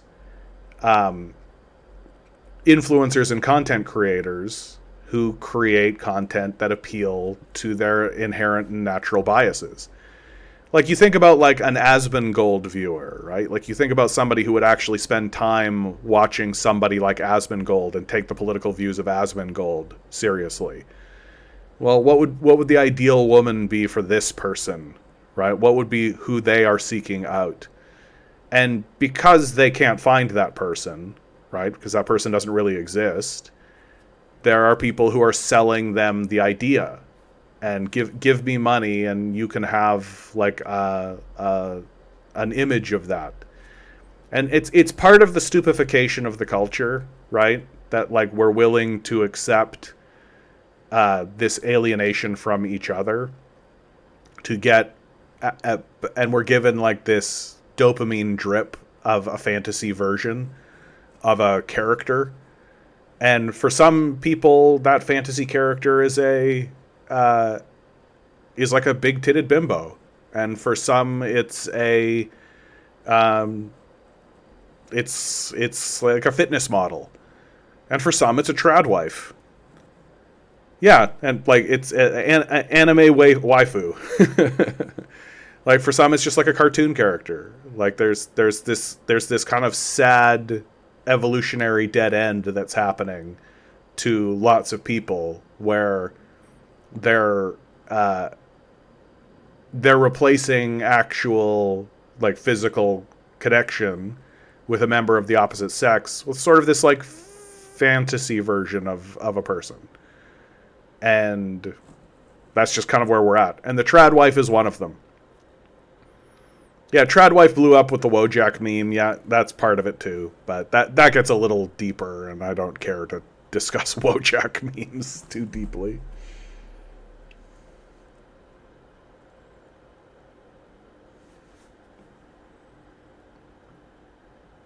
And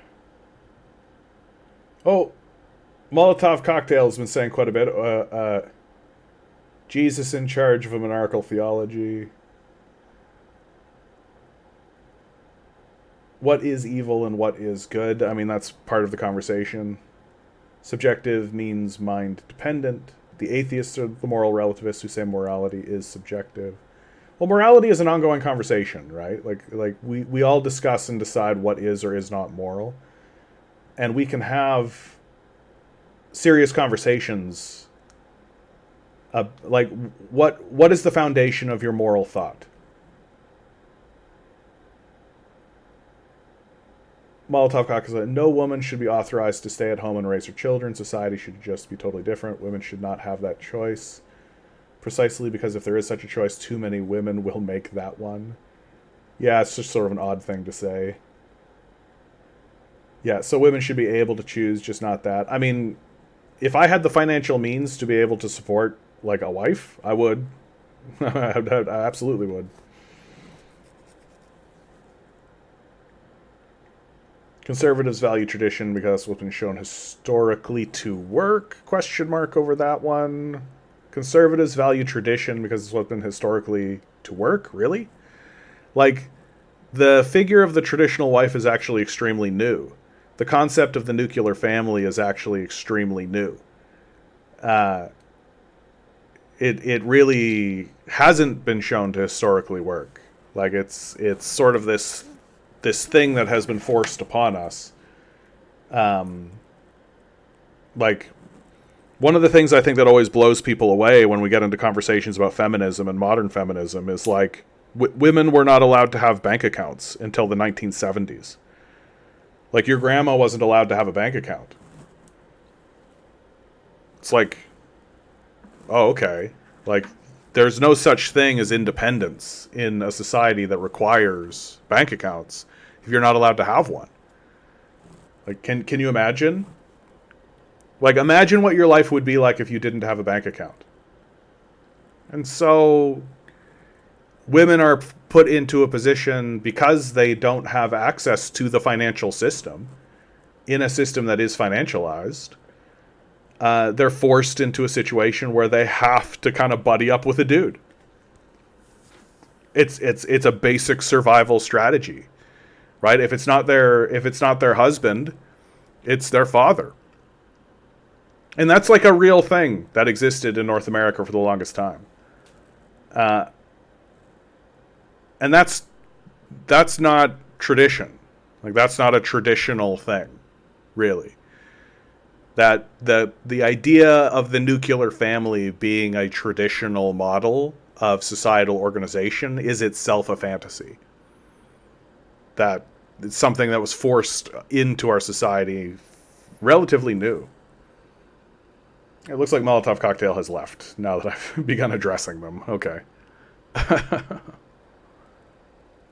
Baldy writes, yeah, man, I'm looking them up now. I'm not going to lie. They're pretty good-looking trad wives. But Lord, how many children do they need to have? That shit expensive, man. Yeah, but that's part of the fantasy, right? Like, that's part of the fantasy. And, like, it's... I get why people are appealed. I get why it's appealing. Like, I get it. I understand. But it is, like, pornography, more or less. It's just, like... not nudity-based pornography. Like, there's like we're a heavily pornified culture, and I'm just kind of realizing it now. Like, there's a...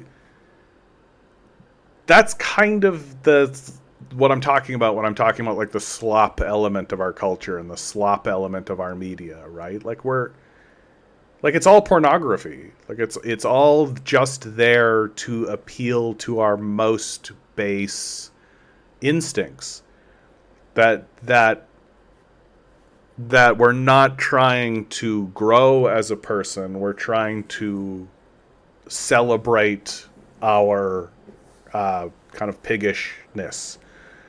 That instead of acknowledging that we have vices that should be moderated, we're kind of training ourselves to normalize our vices and to see our vices as inherently good, and you know, kind of question mark over that. And like, and it's leading to this kind of lifestyle where we're not actually doing self-analysis on ourselves. We're not actually observing ourselves, observing things. That we lack a self-criticism and a self-analysis of ourselves. And our media is doing everything it can to make sure that we are well trained to not have self-analysis. And that there are these media niches that, like, if this is the thing that revs your engine, we're going to sell it to you. So it's all pornography, you know? And it's just like a porn culture. And even like this is why I was so repulsed by Debate Bros, right? Because at the end of the day, the Debate Bros were not actually engaging in serious debate.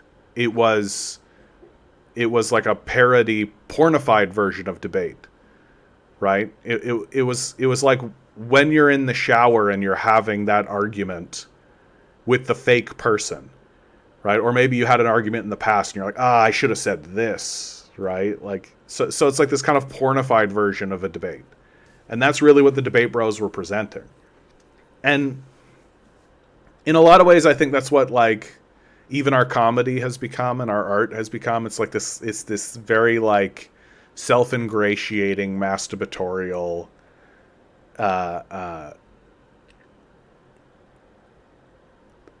like, phenomenon. Like, everything is very masturbatorial right now. Like, the word that will get used is narcissistic. That we're a very narcissistic culture.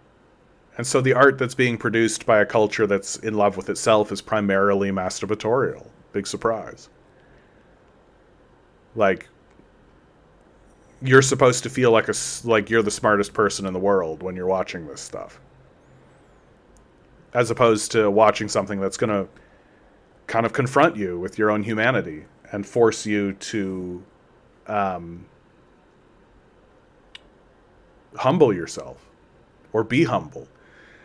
And so in so many cases it can be very simple. Like I'm watching the second season of Freerun right now. Freerun Journey's End. And Freerun's a great show because it's quiet, and it's a show that consistently reminds you of your mortality.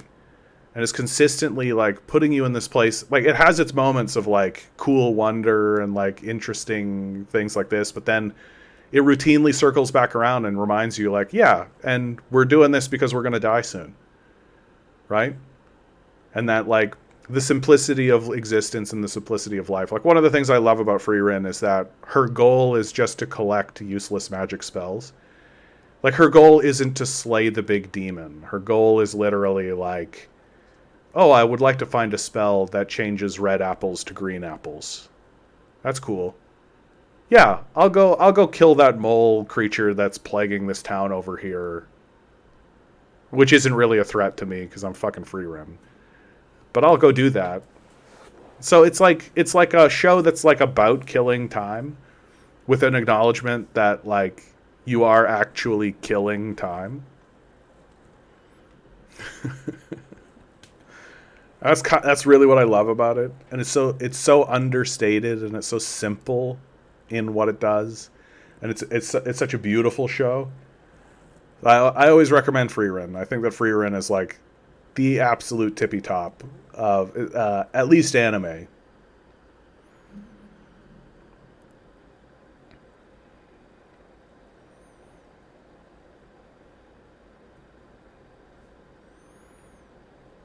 Lawnmower Man writes, "There's a quote from Dune that's like reactionaries want to return to a time that they've never, yeah, that they'll never be able to be, and in fact, it never actually existed." Exactly, it's a fantasy, right? It's like a nostalgia for a world that never really existed.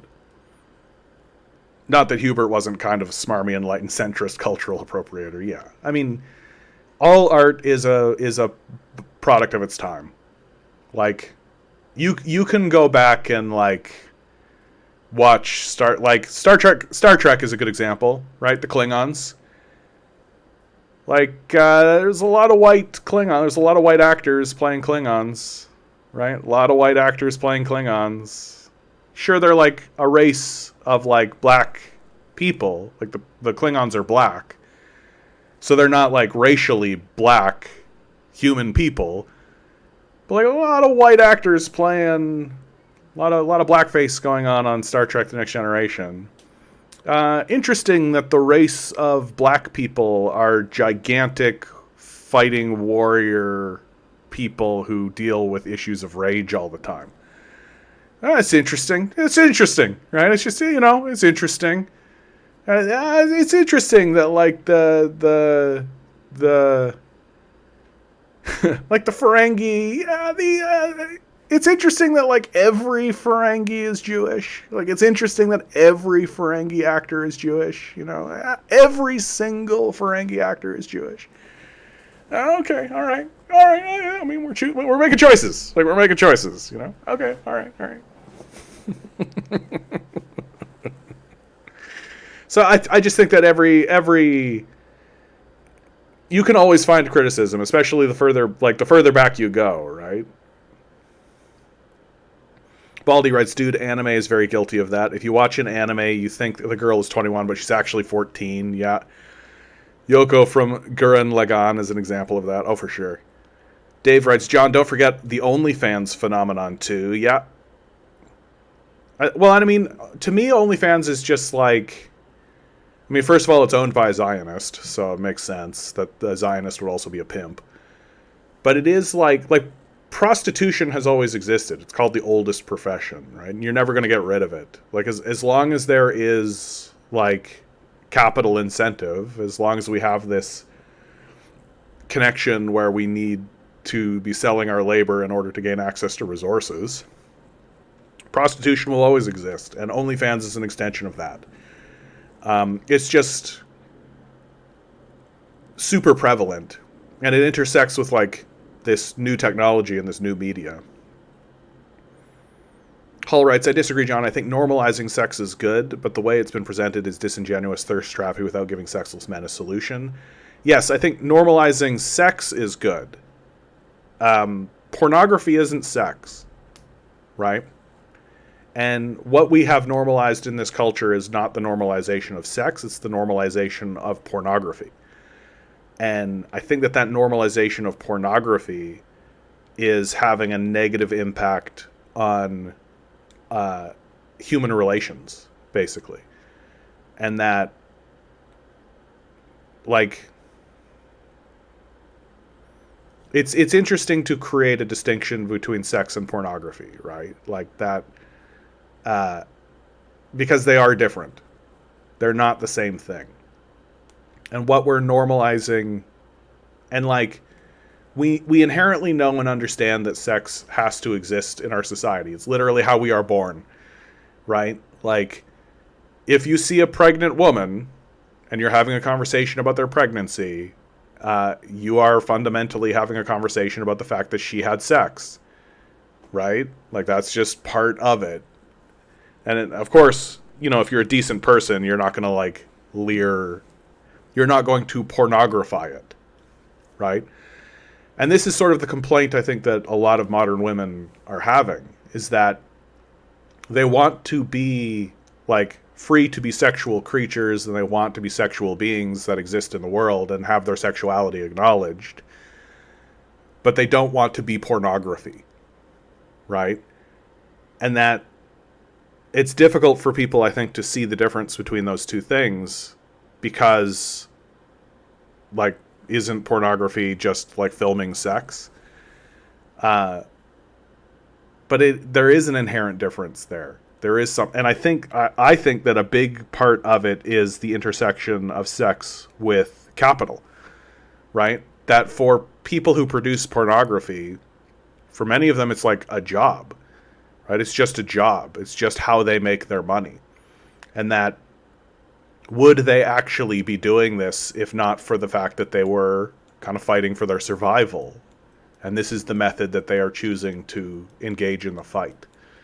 Like, to what degree does pornography exist because the people producing it simply want to or enjoy the lifestyle that it gives them, versus how many people are producing this because this is really their only way out, This is the only tool that they have in their toolkit to be able to get resources for their survival. And I think that is the interaction, and that is the intersection that doesn't get a lot of conversation. Like, I see this over and over and over and over again. Anytime I'm like on these media sites looking around at the conversation of like the loneliness epidemic, and like men and women dating is more difficult than it's ever been, and all this, and nobody ever brings up the fact that everybody's just goddamn poor. Like, everybody's just poor as shit. Like, yeah, of course dating is hard. Like, of course it's difficult. Like, if you are treading water in the middle of the ocean, the very last thing you want to do is have someone who is also treading water grab hold of you. It's like the very, very last thing that you want to have happen to you. And we have created a society that is economically unstable, where people do not have access to the basic resources that they need in order to have a decent quality of life. And then we're all scratching our head wondering why dating has gotten so difficult. And the rationale and the reasons that people are giving, it's just deeply unfortunate. Everything misses the mark all the time. It's like, yeah, I bet they're being mean. Like, I bet they're acting this way. Yeah, I bet they are. Like, they're struggling with their basic survival. And until we actually have that serious class conversation, I think the problem will simply persist. Like, people want to blame the apps and blame the phenomenons that they see on the apps, and they want to do this, that, and the other thing. And it's like, okay, cool, but everybody's poor, right? Like, nobody has any money. So everybody's in this kind of state of drowning constantly. And they're turning to like dating as a way of like hoping maybe my life will get better. Like, maybe I'll be able to attract a mate, and maybe that'll make my life better somehow. And I have a dream and a vision for the future, and all you can find is OnlyFans models and trad wives. Like, and that's this sort of odd technology future that we're building for ourselves.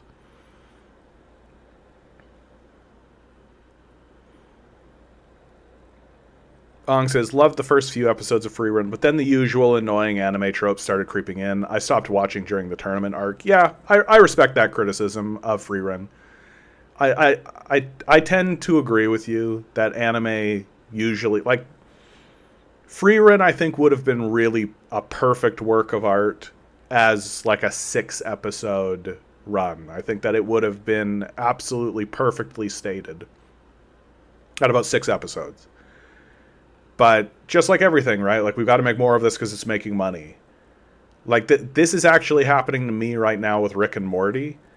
The first 3 seasons of Rick and Morty, I would actually hold up as like a great American piece of art. Absolutely. Like, the first 3 seasons of Rick and Morty, I think, and maybe you could extend that to like season 4 if you wanted to. And while those seasons don't have a conclusion to Rick Sanchez's arc, the show is never going to have a conclusion to Rick Sanchez's arc, because they're no longer interested in his arc anymore. They're no longer interested in Rick Sanchez as a character. He's Homer Simpson now. Like, they're just making it because they know people will watch it. Right?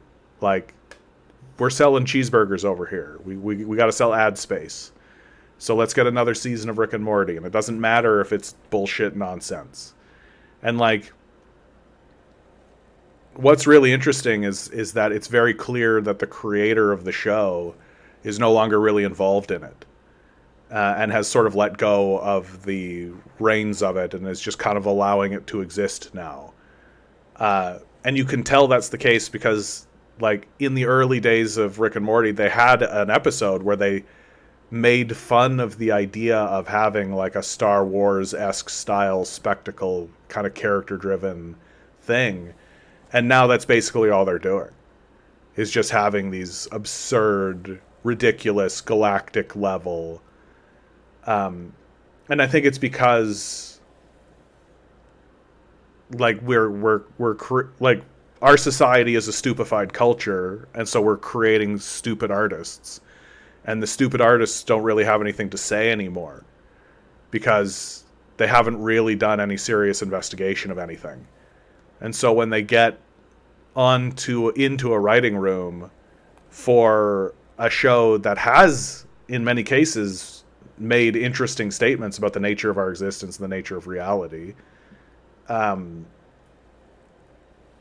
they can really think to do is, what if Rick got into a big fist fight with a space alligator, you know?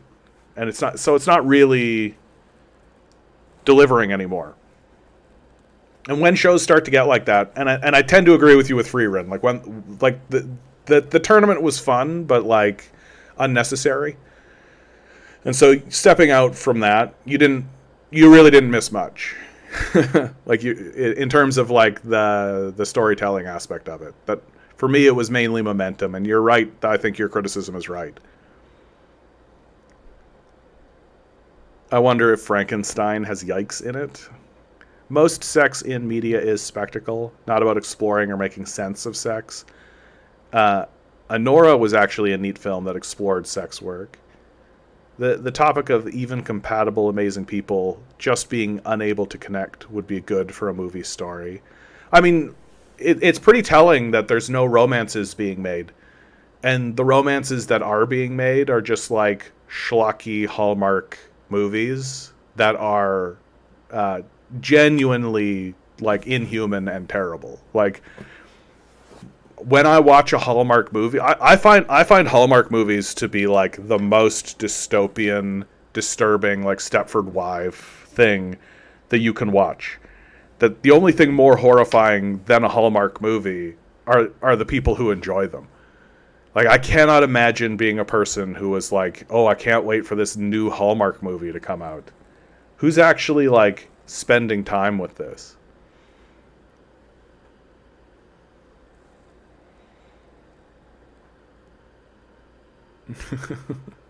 And like, I think that there's lots of really interesting territory for romance. Like I've said it before, like I would love to see a romance story about like a social justice warrior, like alt woman with the blue hair and like the septum piercing, and like one of these alpha bro manosphere incel types finding love with one another.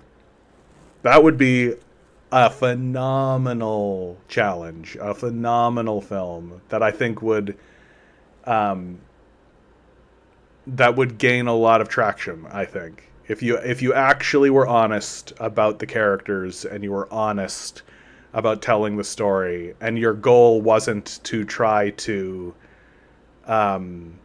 lampoon one or the other or to get a gotcha, right? If your goal was to use these sort of archetypal figures as an investigation in who these people are as they careen towards one another and find love with one another, I think that would be a brilliant and unique challenge.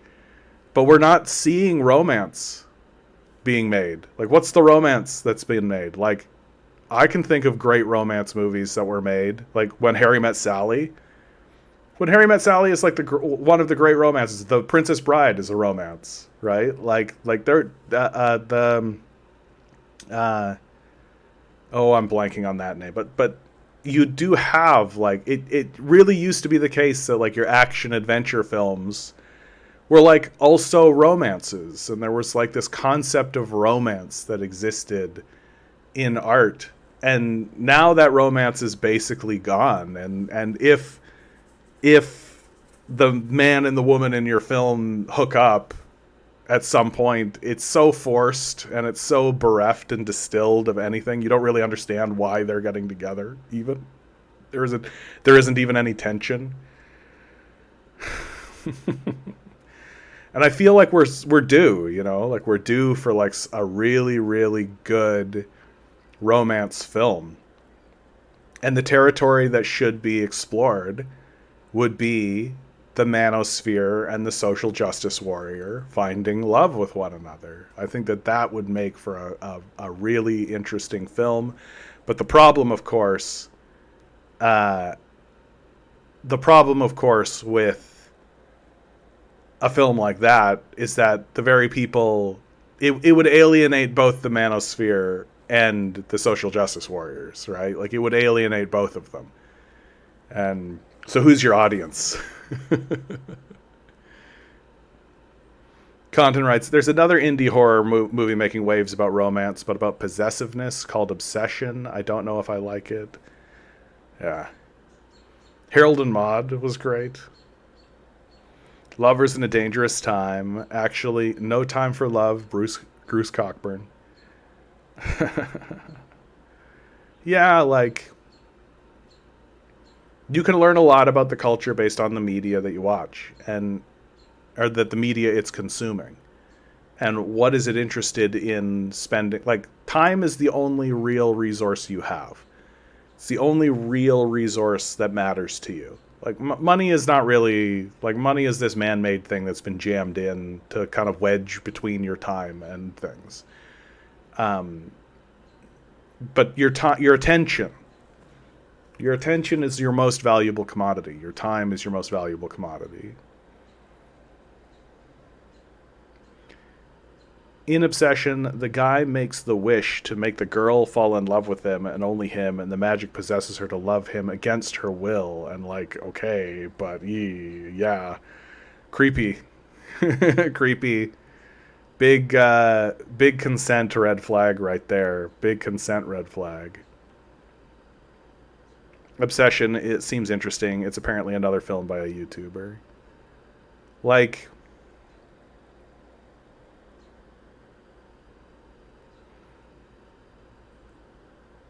again, I find myself getting into a place where it's like, where are the positive stories about, like, a positive romance? Like, where is something like It Could Happen to You? Like, where are these films where two people struggle to find love and then ultimately do? You know, like there's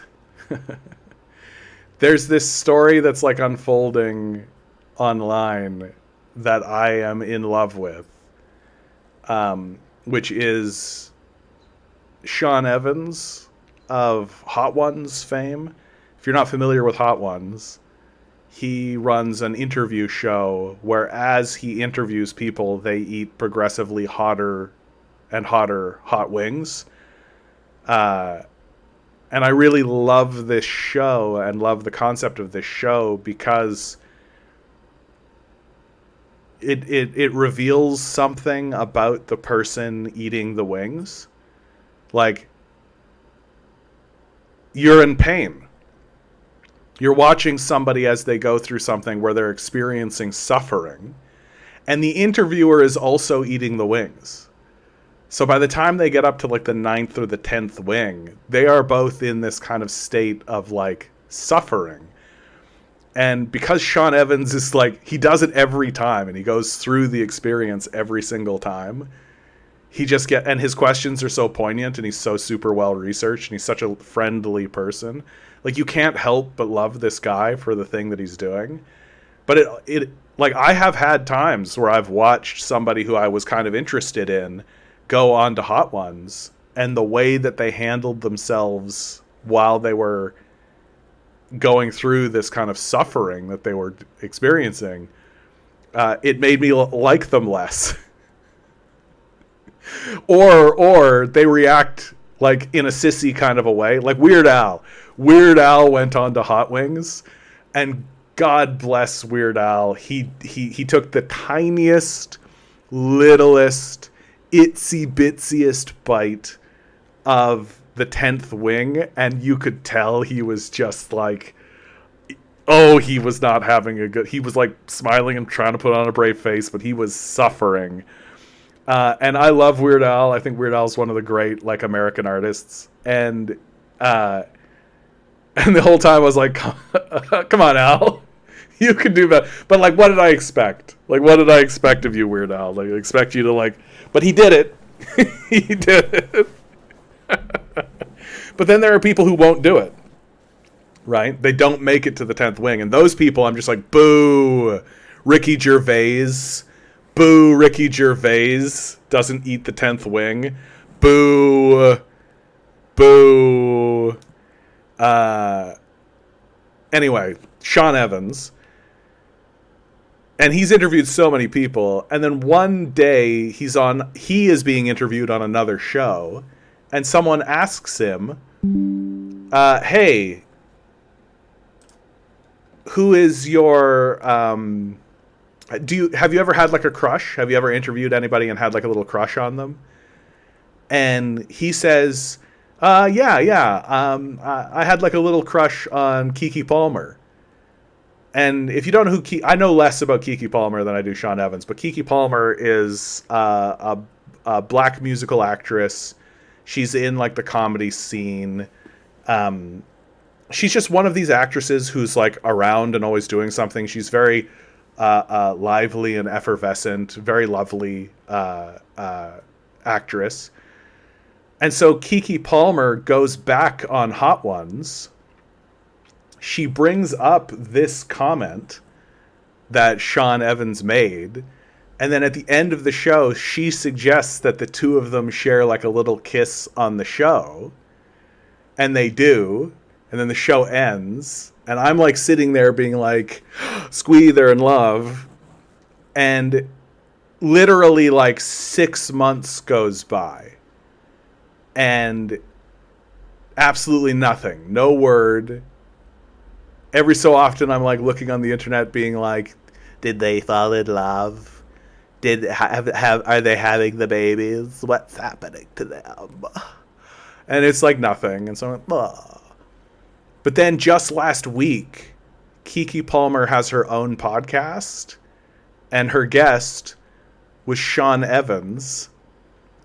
And the entire interview is like completely bespeckled with this romance where they're constantly like making little cute comments to each other, like little side things. And like Sean is saying something that makes Keke Palmer like really laugh in a like very like lovely sort of a way. And then she says something and Sean is like blushing.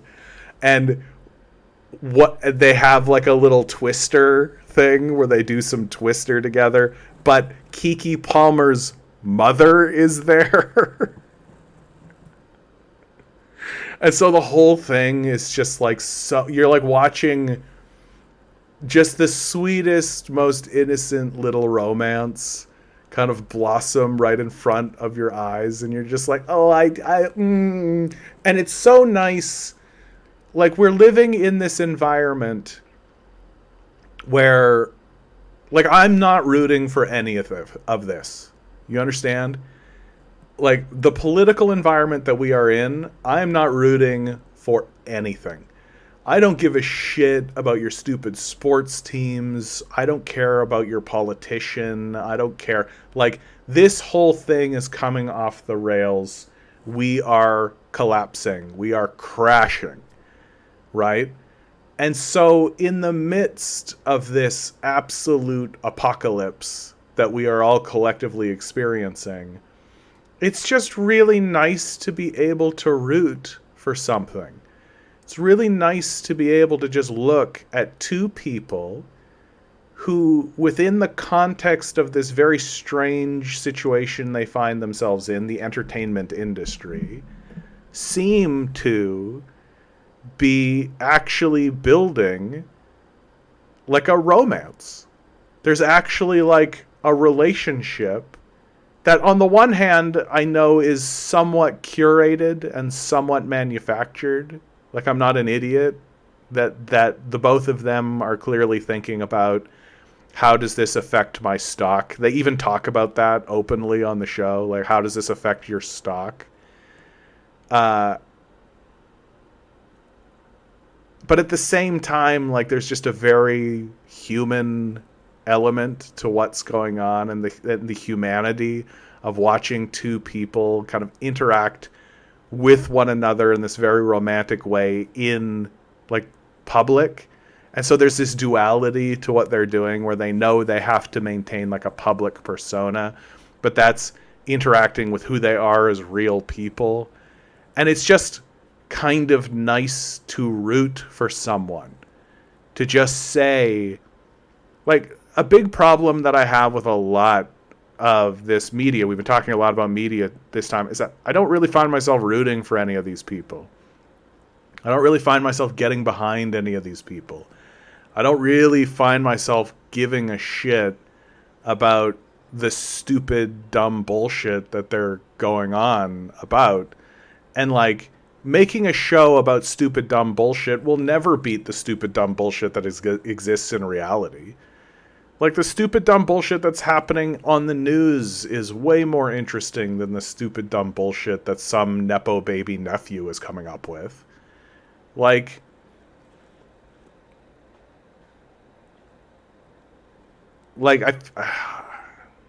I've seen an article about, like, these back rooms. They're like, Backrooms is teaching people that teaching the industry that what people are looking for is originality.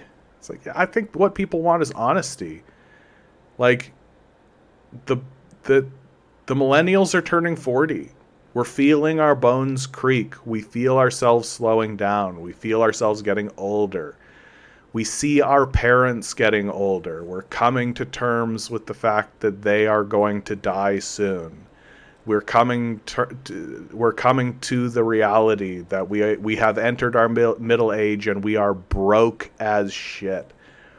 That the myth that we were peddled is bullshit, and we see it. We see it around us, and we see the decay, and we see how it's all falling apart. And that this, and within, and it seems like we're not really permitted to have a very serious conversation about that reality. That even now, we are still being treated like infants. That even now, there's still, like, He-Man was made this year. They put into theaters a 1980s cartoon, like, real-life adaptation of He-Man. And I'm like, really, we're still trying this. Like, we're still trying to do this.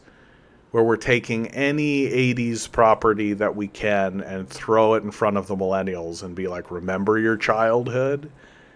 And it's just like, I feel like the millennials are at a point now where it's like, I don't think I care to remember my childhood. Like, I'd rather focus on, like, my future and maybe the future of the kids that I've had. And, like, can I talk about my kids' future or my kids? What's going on here? Or, hey, maybe we can have a conversation about the society that we live in. But instead of that, we're, like, reduced to this infantile, and we've been infantilized. And so it's become pretty much impossible for me to root for this society.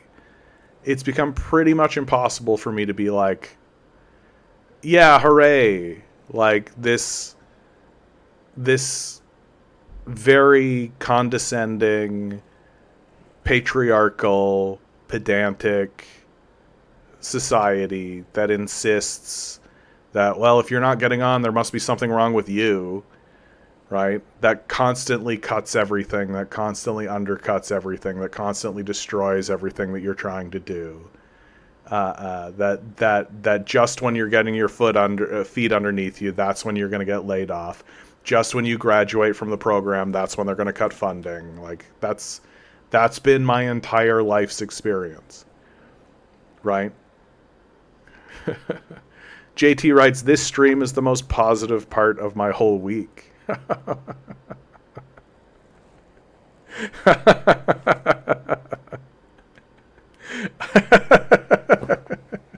I don't know how I feel about that, JT. Because I don't know that I consider myself a very positive person. But you know what? I do like to believe, like fundamentally, even though I do sort of mire myself into the negative, and I do speak very negatively about many subjects and very topics, I do so because fundamentally I do believe in a positive future for humanity. I think that this stupid era we're going through right now, this stupidity that we're experiencing collectively, like it cannot persist. That humanity is actually in fact capable of better than this. That we can in fact get beyond this stupid moment. And AI is the perfect mascot for this stupid era. The belief that what we're going to do is create an intelligence that supersedes our own is so stupid that only stupid people could come up with it. Like, really think about how stupid it is. Like, oh, so you think that stupid people are going to come up with something that's more intelligent? Like, it's just a really stupid way of looking at the world. Like, we're going to create something that's just as stupid as we are. Like, that's it. Like, that's what's going to happen. And that's what AI is going to be. And that all of these data centers are just part of the militarization of all of this. That they're trying to automate warfare. They're trying to make it so that Peter Thiel can fight a war by himself with an army of automated robots. Like, that's what they're doing. And it's so goddamn stupid. Like, what a stupid, ridiculous way of looking at the world. That the only... Because it's so disconnected from how reality even works. Like, the only thing that persists through time is institutions. Institutions are how you persist through time. This hyper-individualized world that we've created, where we're supposed to venerate the self, and this hyper-narcissistic, this hyper-masturbatorial worldview that we all share, it kills itself. It dies. And what remains are the institutions that such a society created. And we've created nothing. In fact, this era has been marked by the tearing down of institutions. That we've done everything we can to try to destroy institutional power and leave it so that the only institutions that exist are essentially hereditary wealth holders and the banks, essentially, that uphold the hereditary wealth that they have. And that's just stupid. It's just a dumb way to organize a society. It's a dumb way to try to persist a culture or try to persist a civilization through time. It simply won't work. And the idea that you're going to erect an AI system that is going to be owned by private individual owners, and that structure is going to persist through time in a way that is going to be successful, is dumb. Like, that's so stupid. I can't even begin to tell you how stupid I think that is. And I think the stupidest part of the entire conversation is that we're supposed to take it seriously. That's the best part, is that we're simply not allowed to stand up and point at the extremely stupid thing that is obviously stupid and say that's stupid. We're simply not allowed to say that. Like, we're just not allowed to. Because if you call the very stupid thing stupid, then they just say, oh, you're just being dismissive, and oh, no, it's just so complicated, you just don't understand it, or they make up some kind of thing, and they leave you kind of just standing there being like, nah, this is stupid. Like, this is just a stupid... Like, if someone was walking off a cliff, I would say, don't do that, that's stupid. Right? Here we are, collectively together, walking off of a cliff. Maybe don't. Maybe that's stupid. Okay, well, you're going to do it anyway. So, enjoy the fall. And the AI bubble pop that's coming is going to be so great. It's just... And how do I know it's happening? Because literally everybody involved in it has said that it's going to happen. that all of this stuff that's happening with data centers and all of this stuff that's happening with the spread is just snake oil salesman shyster shit. And you really know that it's snake oil salesman shyster shit because Kevin O'Leary is involved in it. That's how you really know that it's a con game. That's how you really know that it's a grift. Like, professional grifter Kevin O'Leary is involved. So, okay, clearly. The like, once this bubble pops, and you the number one tell, outside of the fact that literally everybody involved in it is saying that it's going to pop, is that every single company that has pushed its chips all in on AI has said that it's more expensive. That it's cost their company more to have AI than it has to... And like, here's like a fun little observation for why obviously AI is the stupidest thing you've ever experienced in life. That if AI actually increased productivity, people wouldn't be laying off humans, right? Like, if it actually just increased productivity the way they claim that it does, they wouldn't lay off humans. They would increase their productivity. They would do more, right? Like, if I'm a company and I'm told, hey, here's a tool that you can implement, it'll increase your productivity by 20%, I'm not going to say, oh, cool, I can increase my productivity by 20%, so that means I can lay off 20% of my workforce to maintain productivity exactly where it is right now. I'm going to say, no, okay, cool. That means I can do 20% more shit. And that's not what they're doing. That's not what they're doing. So the whole thing is just like a salesman grift. It's just them trying to create a scapegoat for the coming capitalist collapse so that they can point at it instead of themselves. That's what's going on.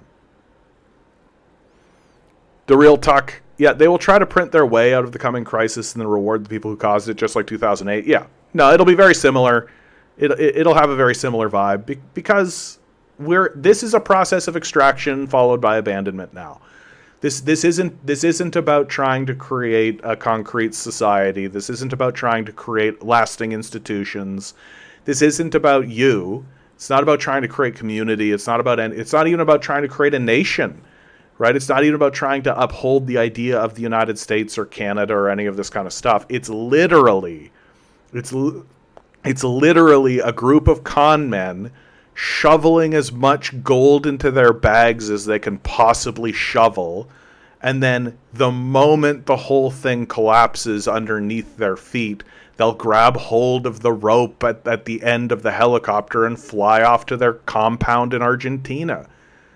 It's a smash and grab at this point, and that's all it is. It's nothing but that.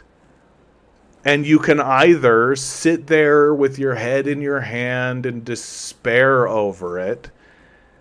You can grab your weapons and form a militia and go do something about it. Or you can laugh at it. And I'm at a place where it's just so beyond the pale. It's so beyond stupid. It's so outside of the realm of, like you really, really gotta go, like the burning of Rome and Nero with the fiddle kind of stuff. Like, you really gotta look at like the absolute drama of like the collapsing empires to find something on this scale. But this time when it happens, it's going to be projected on big screens. It's going to be filmed and discussed in real time and documented in congressional libraries. It's going to be like painstakingly portrayed, not simply through film and television, but through documentary, where we're going to look at probably one of the stupidest moments in human history. Like, what we are experiencing, and we should take joy in it. We should revel in it. We should be looking at it and being like, oh my goodness, you're telling me that of all the moments that I could have existed, I get to exist in the stupidest moment?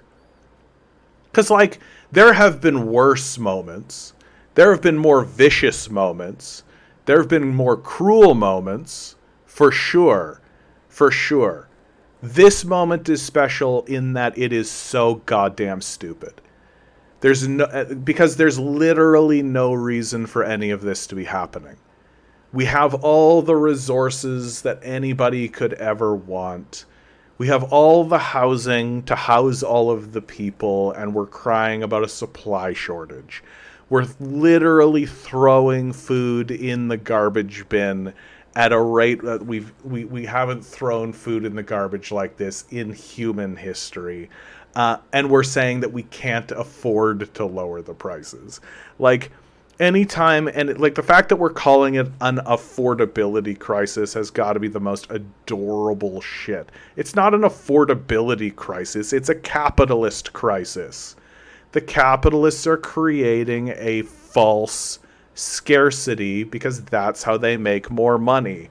And the fact that it's the money is even stupider. The fact that the whole reason we're doing all of this, the reason why there's an affordability crisis, the reason why there's a housing crisis, the reason why there's a war in Iran, the reason why there's a genocide in Gaza, the reason why the leader of Venezuela needed to be kidnapped, the reason why the price of goods is going through the roof, the reason why you work 2 full-time jobs and you still can't pay the rent, the reason why it's happening is because a small handful of pedophilic psychopaths want to have more money that they themselves are responsible for creating and maintaining. You understand how fucking goddamn stupid this is? Like, you understand how fucking stupid our leaders are and how ridiculous it's become? Like, if our leaders were capable of competency, not even if they were smarter, like if they were capable of intelligence, every single one of them would understand, like, yeah, like, the populace should have food and shelter. Like, just that should happen. Like, what are we, stupid? Like, clearly we want this to be stable. Like, clearly if we're going to rape their children and have, like, ritualistic cannibal feasts, and, like, clearly if we're going to be, like, these Machiavellian dark lords where we have, like, rape rooms and torture people and all of this, clearly we want that to be stable, right? But they're so outside of their own ability to think and their own ability to have intelligence and their own comprehension of what reality even is. They're so beyond understanding what it is to actually have even the most basic intelligence that they can't put together that stability is for their own interests as well. And it would be so easy for them to do it. It would be so easy for them to do it. But what we're looking at here is getting into, like, dark, abstract psychology at this point. Like, we're really looking, like, the people who have the wealth in this nation are demented. That they have, like, mental illnesses. That they are carrying dark sicknesses around inside of them that are preventing them from just being like, oh, I have $100 billion. How much does it cost to house every American? $6 billion? Here you go. What's the problem? Like, what's the problem? What's holding us back? Basic income would cost, what? $35 billion? Cool, that's like 1 year's earnings for one company. What's the problem? What's holding us back? That there's this just...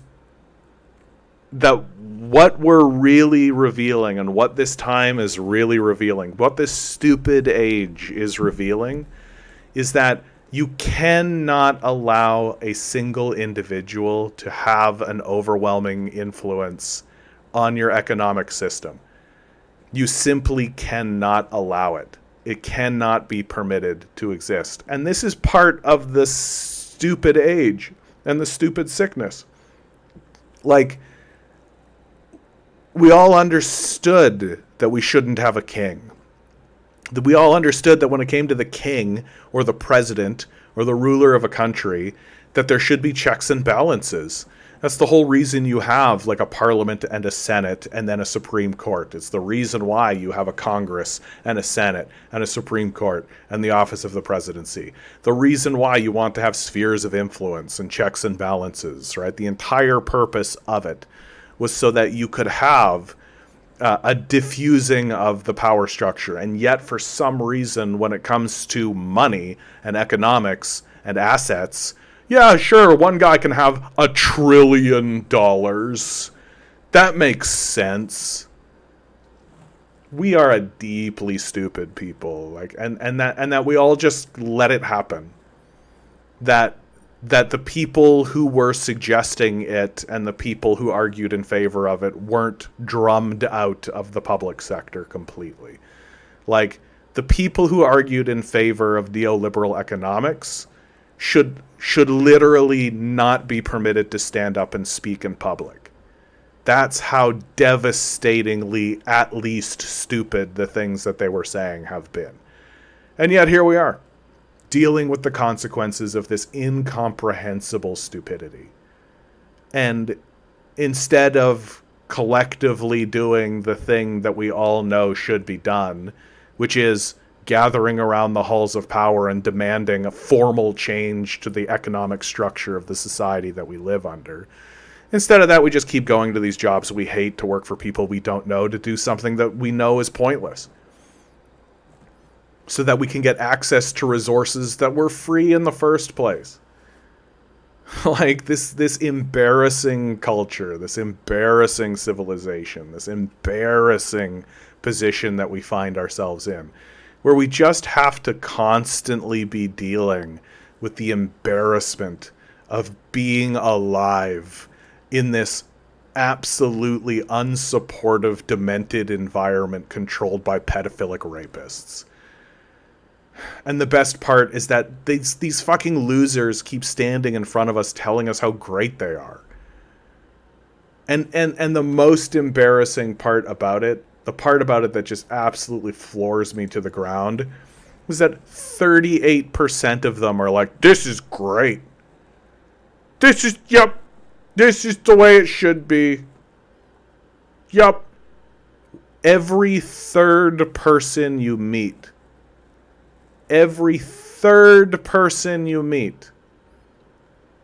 is the stupidest person who has ever walked the face of the planet. Like, really, really, really, really try to put this together, man. Like, Roman soldiers wouldn't permit their officers to walk them off a cliff. Like, the Aztecs who were sacrificing virgins to their gods wouldn't also, like, destroy their own families. This absolute asinine, backwards ass way of looking at the world, where we all have to pay fealty to the almighty god of money.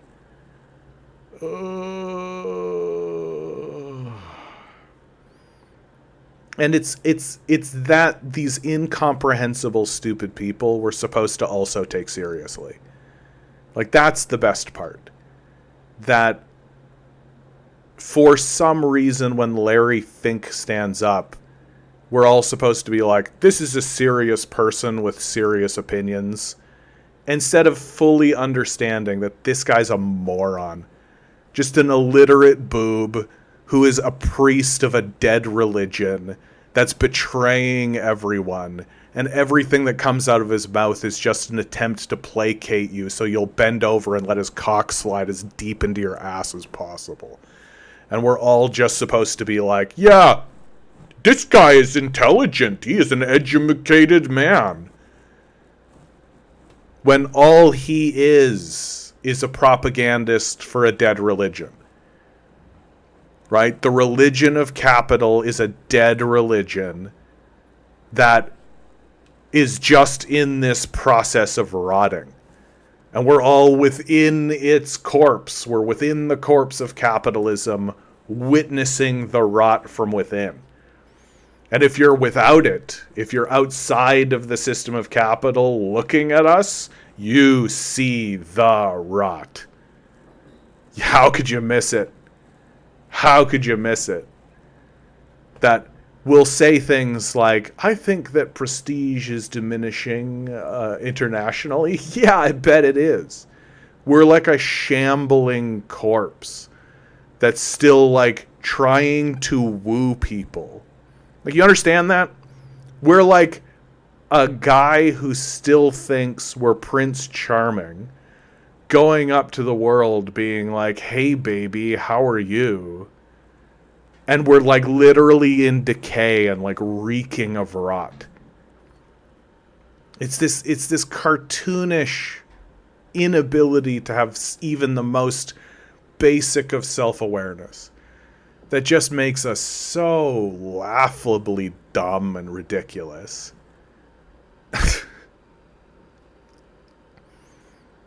And we got to live in it. JT says, I'm serious when I say how affirming this all is. I get psychic damage from the regular people I find myself around. Yeah. I think that's the reason, the main reason why I do this. Is that, like, when I go out into the world and interact with, like, quote-unquote normies, boy howdy, does that hurt like hell. That causes more damage than anything else to me. And I have to put on this, like, character. I have to put on this, like, performance for people. The performance of John. John, here's the mask that I put on for regular people. Like, a person is standing in front of me and they will say the dumbest thing that has ever been said in human history. Literally, like, let's betray our children and feast upon their corpses. And I just have to look at them and be like, well, you know, I have a slightly different perspective that I hope you'll think about and contemplate. I think that, and I know that this might be controversial, I think that we shouldn't rape our children and feast on their corpses. You know? I think that maybe it might be wise of us to instead try to create institutions that'll uphold them and make their time here on the planet a little more bearable. You know? What do you think? And I don't get to look at this person and be like, that's the most goddamn Nazi level stupid shit I've ever heard in my fucking life. Please shut up and never give your opinion to anyone ever again.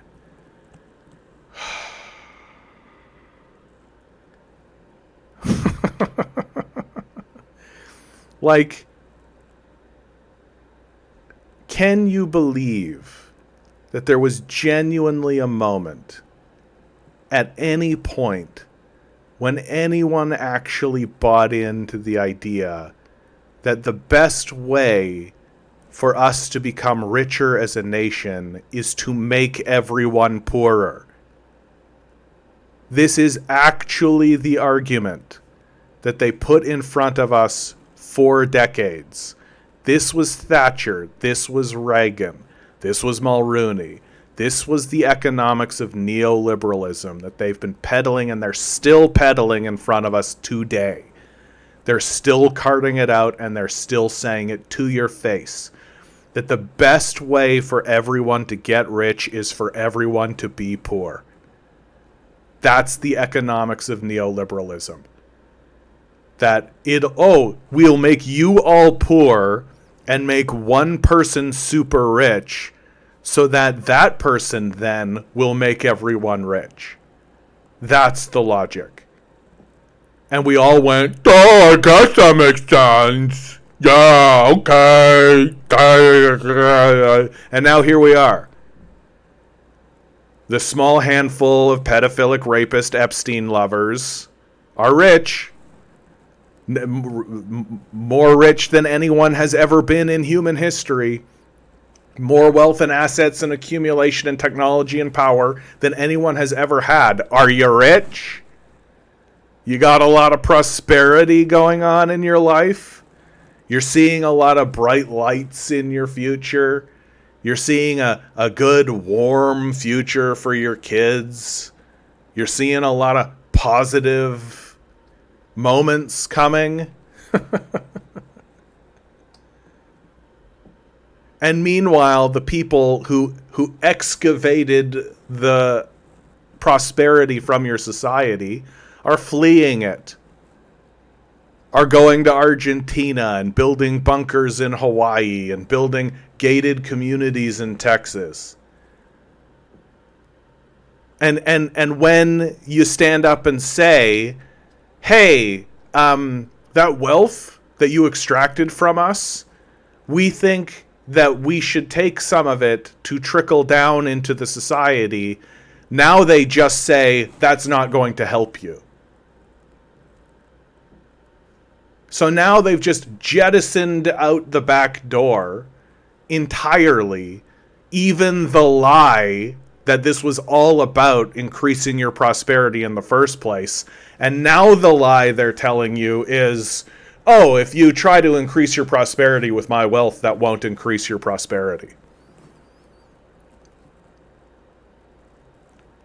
And there's 38% of people in the society that go, that's a good point. Yeah, if you try to increase people's prosperity by increasing their prosperity, it won't increase their prosperity. That's not how you increase people's prosperity. Everybody knows that the way you increase people's prosperity is by making them poorer. That's what makes people prosperous. Poverty.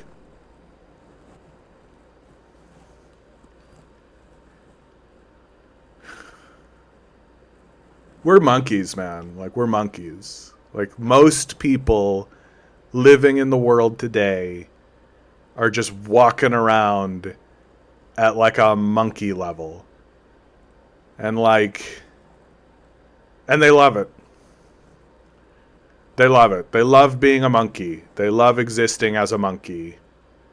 And in a way, I'm like jealous. I'm jealous that they're just like, they have no thoughts in their heads. The thoughts they have in their heads are so dumb that you can't even call them thoughts. Like, can you really call these thoughts? Like, imagine being so dumb as like a 50-year-old man that you look at a person with like slightly browner skin than you and think, that's a subhuman. That's slightly less.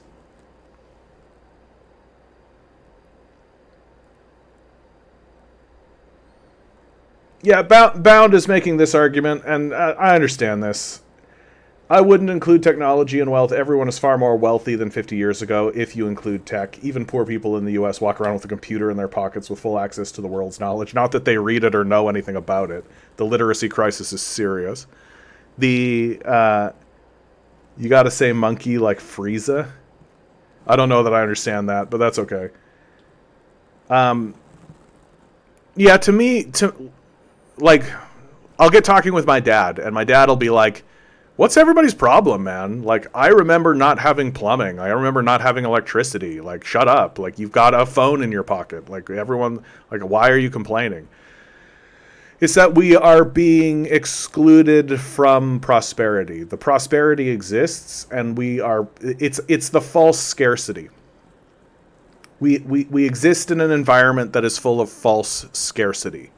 We know it's false scarcity. We know that the scarcity that is being put on us, like, and it couldn't be more obvious. right? Infinite money to commit genocides and to drop bombs overseas and to militarize and to create misery for hundreds of millions of people all throughout the world. But ask for even a penny to feed your children. No, too bad. You got to go to the food bank. Yeah, you're just being lazy. You just got to work harder. That money is for contractors. Like, it's just gotten... And I've said it before, I'll say it again. The most embarrassing part is that we're meant to take this seriously. The most embarrassing part is that we're meant to listen to these guys say this shit, and instead of just being like, oh, you're just a fraudulent, lying psychopath, we're simply not permitted to say that. That's not, oh, you're just being uncouth. We can just dismiss that kind of discussion and that kind of talk, even though it's completely accurate. That them impoverishing your children, that's fine. It's fine if they impoverish your children. It's fine if they scoop up schoolgirls and send them to Epstein Island to create like little rape islands. Like, all of that is fine. But if you say, oh, you guys are like narcissistic pedophilic rapists, then you're the bad guy. Got it. Got it.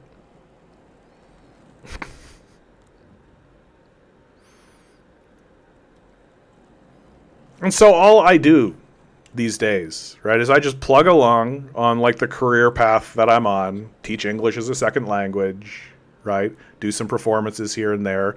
I make a little bit of money doing this because people donate, which I appreciate. Thank you once again to my donators. That's very kind. I don't really ask for money from this because I just don't think that that's... Like, making this my career, I think would kill me. I think I would be very, like... money. I wish that money didn't exist. I wish that we could get rid of this god that we all are supposed to pay fealty to. I wish that we could put money in the background and forget that it exists.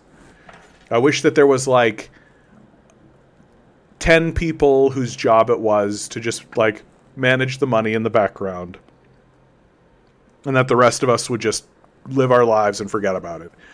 Like, we could 100%. It would be easy to do this.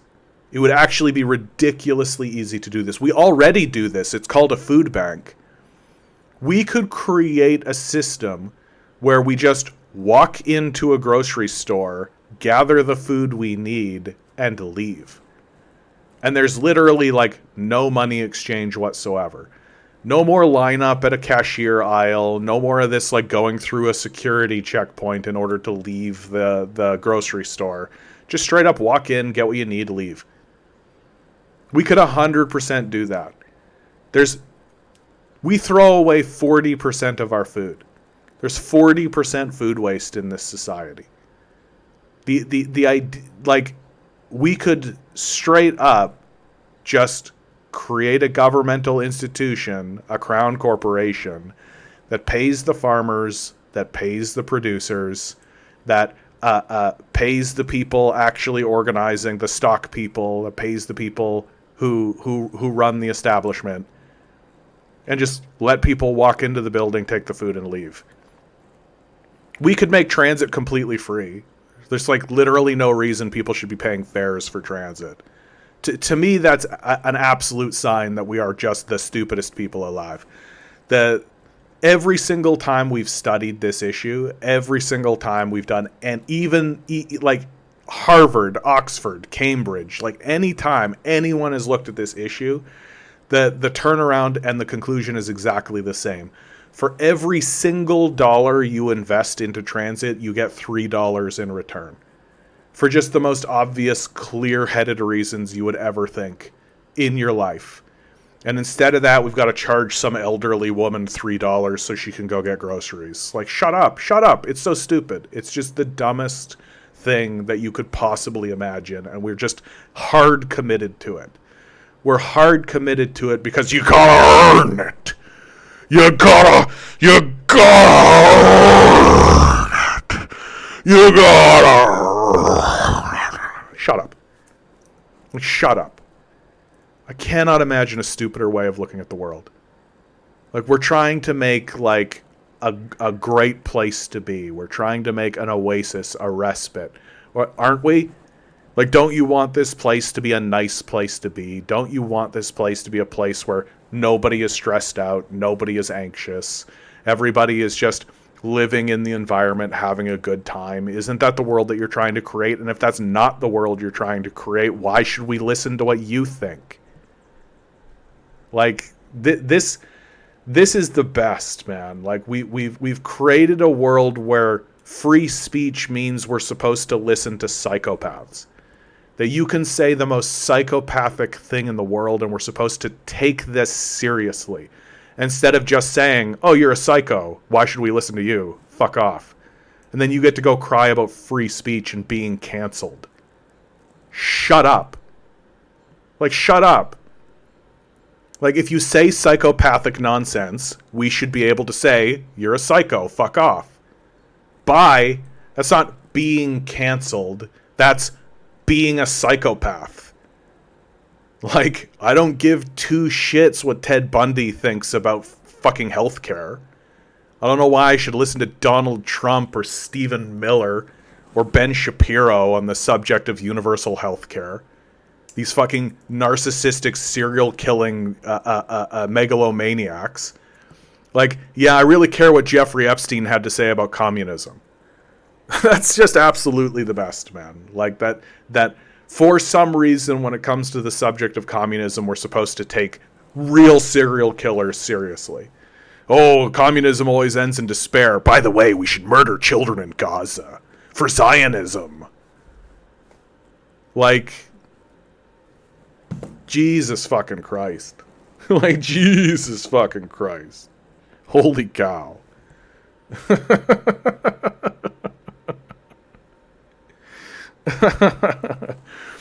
And the thing that, like, is just gobsmacking, the thing that just, like, slaps me over and over and over again is, like, the people who have committed to this path of self-immolation and self-destruction. There's just so goddamn many of them. Like, there's just so goddamn many of them. Like, Joe Rogan still has millions of listeners, even after this, like, complete debacle with the Trump administration. But it's because the Trump administration still has a 38% approval rating. Like, imagine that. like, imagine you're in a trench and there's a field in front of you and a guy says, I'm going to walk across that field. And you say, don't do that. There's landmines in that field. You're going to die. It'll blow you up.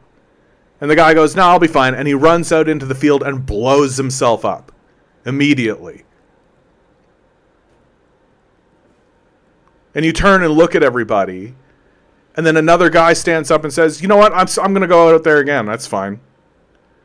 And you're like, what? That's where we are. We're just watching people blow themselves up on landmines that we're pointing at, being like, that's a landmine.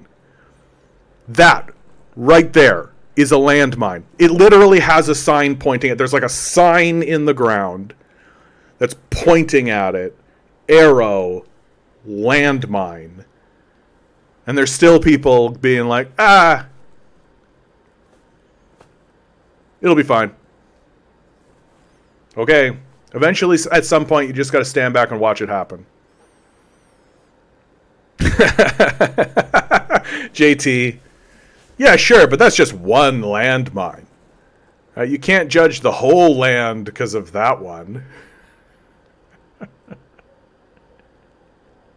Yeah, exactly. Like, you would stand up and be like, we need to get, like, a metal detector in here. We need to find, like, a landmine sweeper, and we need to sweep this land to get the landmine out of here. We have to do an investigation on the land, right? That's just Chinese hoax propaganda. This land is completely fine. Go on, children. Go into the land. I guess that's one way to, like, sweep the land and to be a minesweeper. is to send the children into the land. Ah, what a time to be alive. Yeah, so I think I'm actually going to watch, like, this is a political moment, right? This is like right in the wheelhouse of politics, that we all should watch UFC 250. Just the absolute culmination of the incompetent stupidity of our society. We're going to watch people fist fight in front of the president on the White House lawn.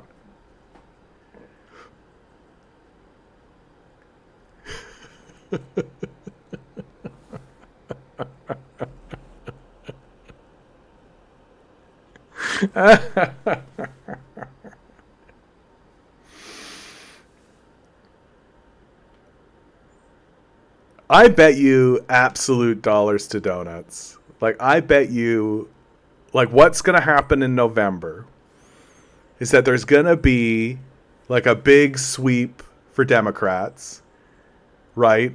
Everyone's going to be like, vote boo, mama moo, right? Like, and there's going to be this big, like, sweep blue, and nothing will change. I would bet, like, a good amount of money on that outcome. That straight up, like, the House and the Senate will just go bright, bright, bright blue, and fuck all, nothing will happen. Like, they won't release the Epstein files. There won't be, like, a big investigation on anything. It'll literally just be a big fucking nothing burger. Like, they'll kick up a lot of fuss. They'll do a lot of finger wagging and a lot of, like, no, but, like, no one goes to jail. Like, Pete Hegseth should go to jail. Stephen Miller absolutely should go to jail. Jared Kushner. If anybody should go to jail, it is Jared Kushner. Like, you want to talk about, like, true corruption. Like, Donald Trump should for sure go to jail. Like, should for sure go to jail. Like, some of the stuff he's done is, like uninterpretable. It's just corruption. The True Democratic North with a $2 donation. Thank you, my man. I appreciate that. Thank you, thank you, thank you. Like, Donald Trump has appointed someone to be like the head of the IRS and then sues the IRS and for a settlement of like $1.5 billion. And the IRS is going to pay him out for that. Like, that's just corruption. Like, there's no other way to describe that. And the Democrats are going to get into power in November after this big midterm election, and there'll be all this hoopla, and people will make big, and there'll be a big sweep to the Democrats, and the Republicans are all like, oh, we're really worried about it. The Democrats are sweeping the land. You know what's going to happen? Fucking nothing. And the Democrats are going to stand in front of you and be like, well, we need the presidency. That'll really make it. And they'll get the presidency. They'll get the House. They'll get the Senate. They'll have a super duper omega majority overpowered, a Super Saiyan God tier, just like yellow haired, screaming out as much power as an organization can have in America. And they'll just cut taxes for the rich.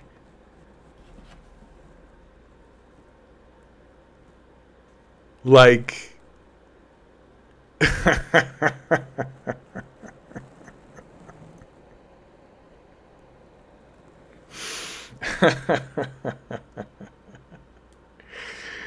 and in the meantime, as we deal with this absolute clown show of what we call like a presidency, China is just steadily plodding along. just year by year, just increasing its power, just getting stronger and stronger and stronger and stronger and stronger and stronger and stronger and stronger and stronger and stronger and stronger and stronger. Not just militarily, not just technologically, but institutionally. And this is what is not understood at all by Westerners about China, is that the institution of the National People's Congress and the institution of the Chinese Communist Party is gaining in power in ways that white Westerners have literally no idea about, because we're so used to our institutions just being flaccid and weak and dysfunctional that we can't even begin to comprehend the idea of institutional authority and power. And we're so stupid and pathetic that when we see an organization wielding, or an institution wielding its power, we go, "That's authoritarian!" Yeah. Oh, you mean the people who we gave responsibility to make laws and uphold those laws made laws and then upheld those laws? Authoritarian. You mean the organization and the institution that we expect to enforce laws enforced those laws? Wow. Authoritarian. We're so used to living in an environment that is just completely lawless, where the legal system exists exclusively to punish like black people and poor people, that when we actually see it get used to enforce laws on anyone with any wealth, we're all supposed to be aghast by it. Rich people don't also abide by laws.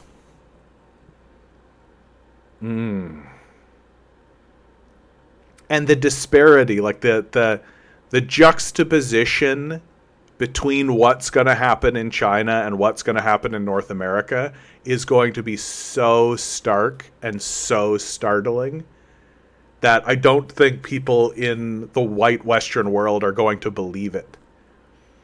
I don't think they'll believe it. Like, I bet you'll be able to show them pictures of it. You'll show them video of it. And they simply will not be able to believe that it is happening. That's how bad the disparity is going to get.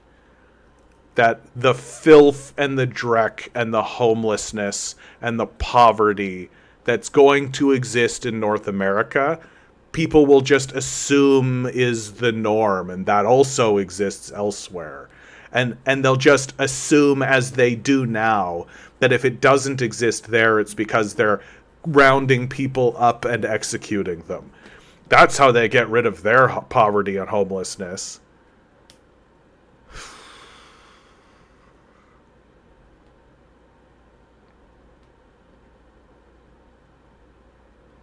And we all just have to manage this. We're all just being told, well, better pull yourself up by your bootstraps and just manage the stupidity of all of this. Sure glad we cut funding for education so everyone around you is fucking stupid as shit. Super glad that's happening.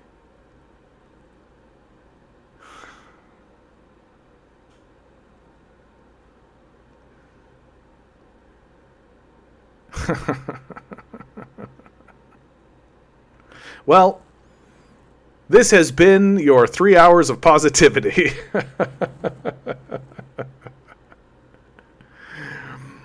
Always remember, guys, each and every one of you is a quantum being walking around in quantum energy. These billionaires are spending hundreds of billions of dollars in the hopes you'll never realize it. You'll just stay the good little commodity they need you to be. Rebel. Revolt. Repent. Good luck. We're gonna need it.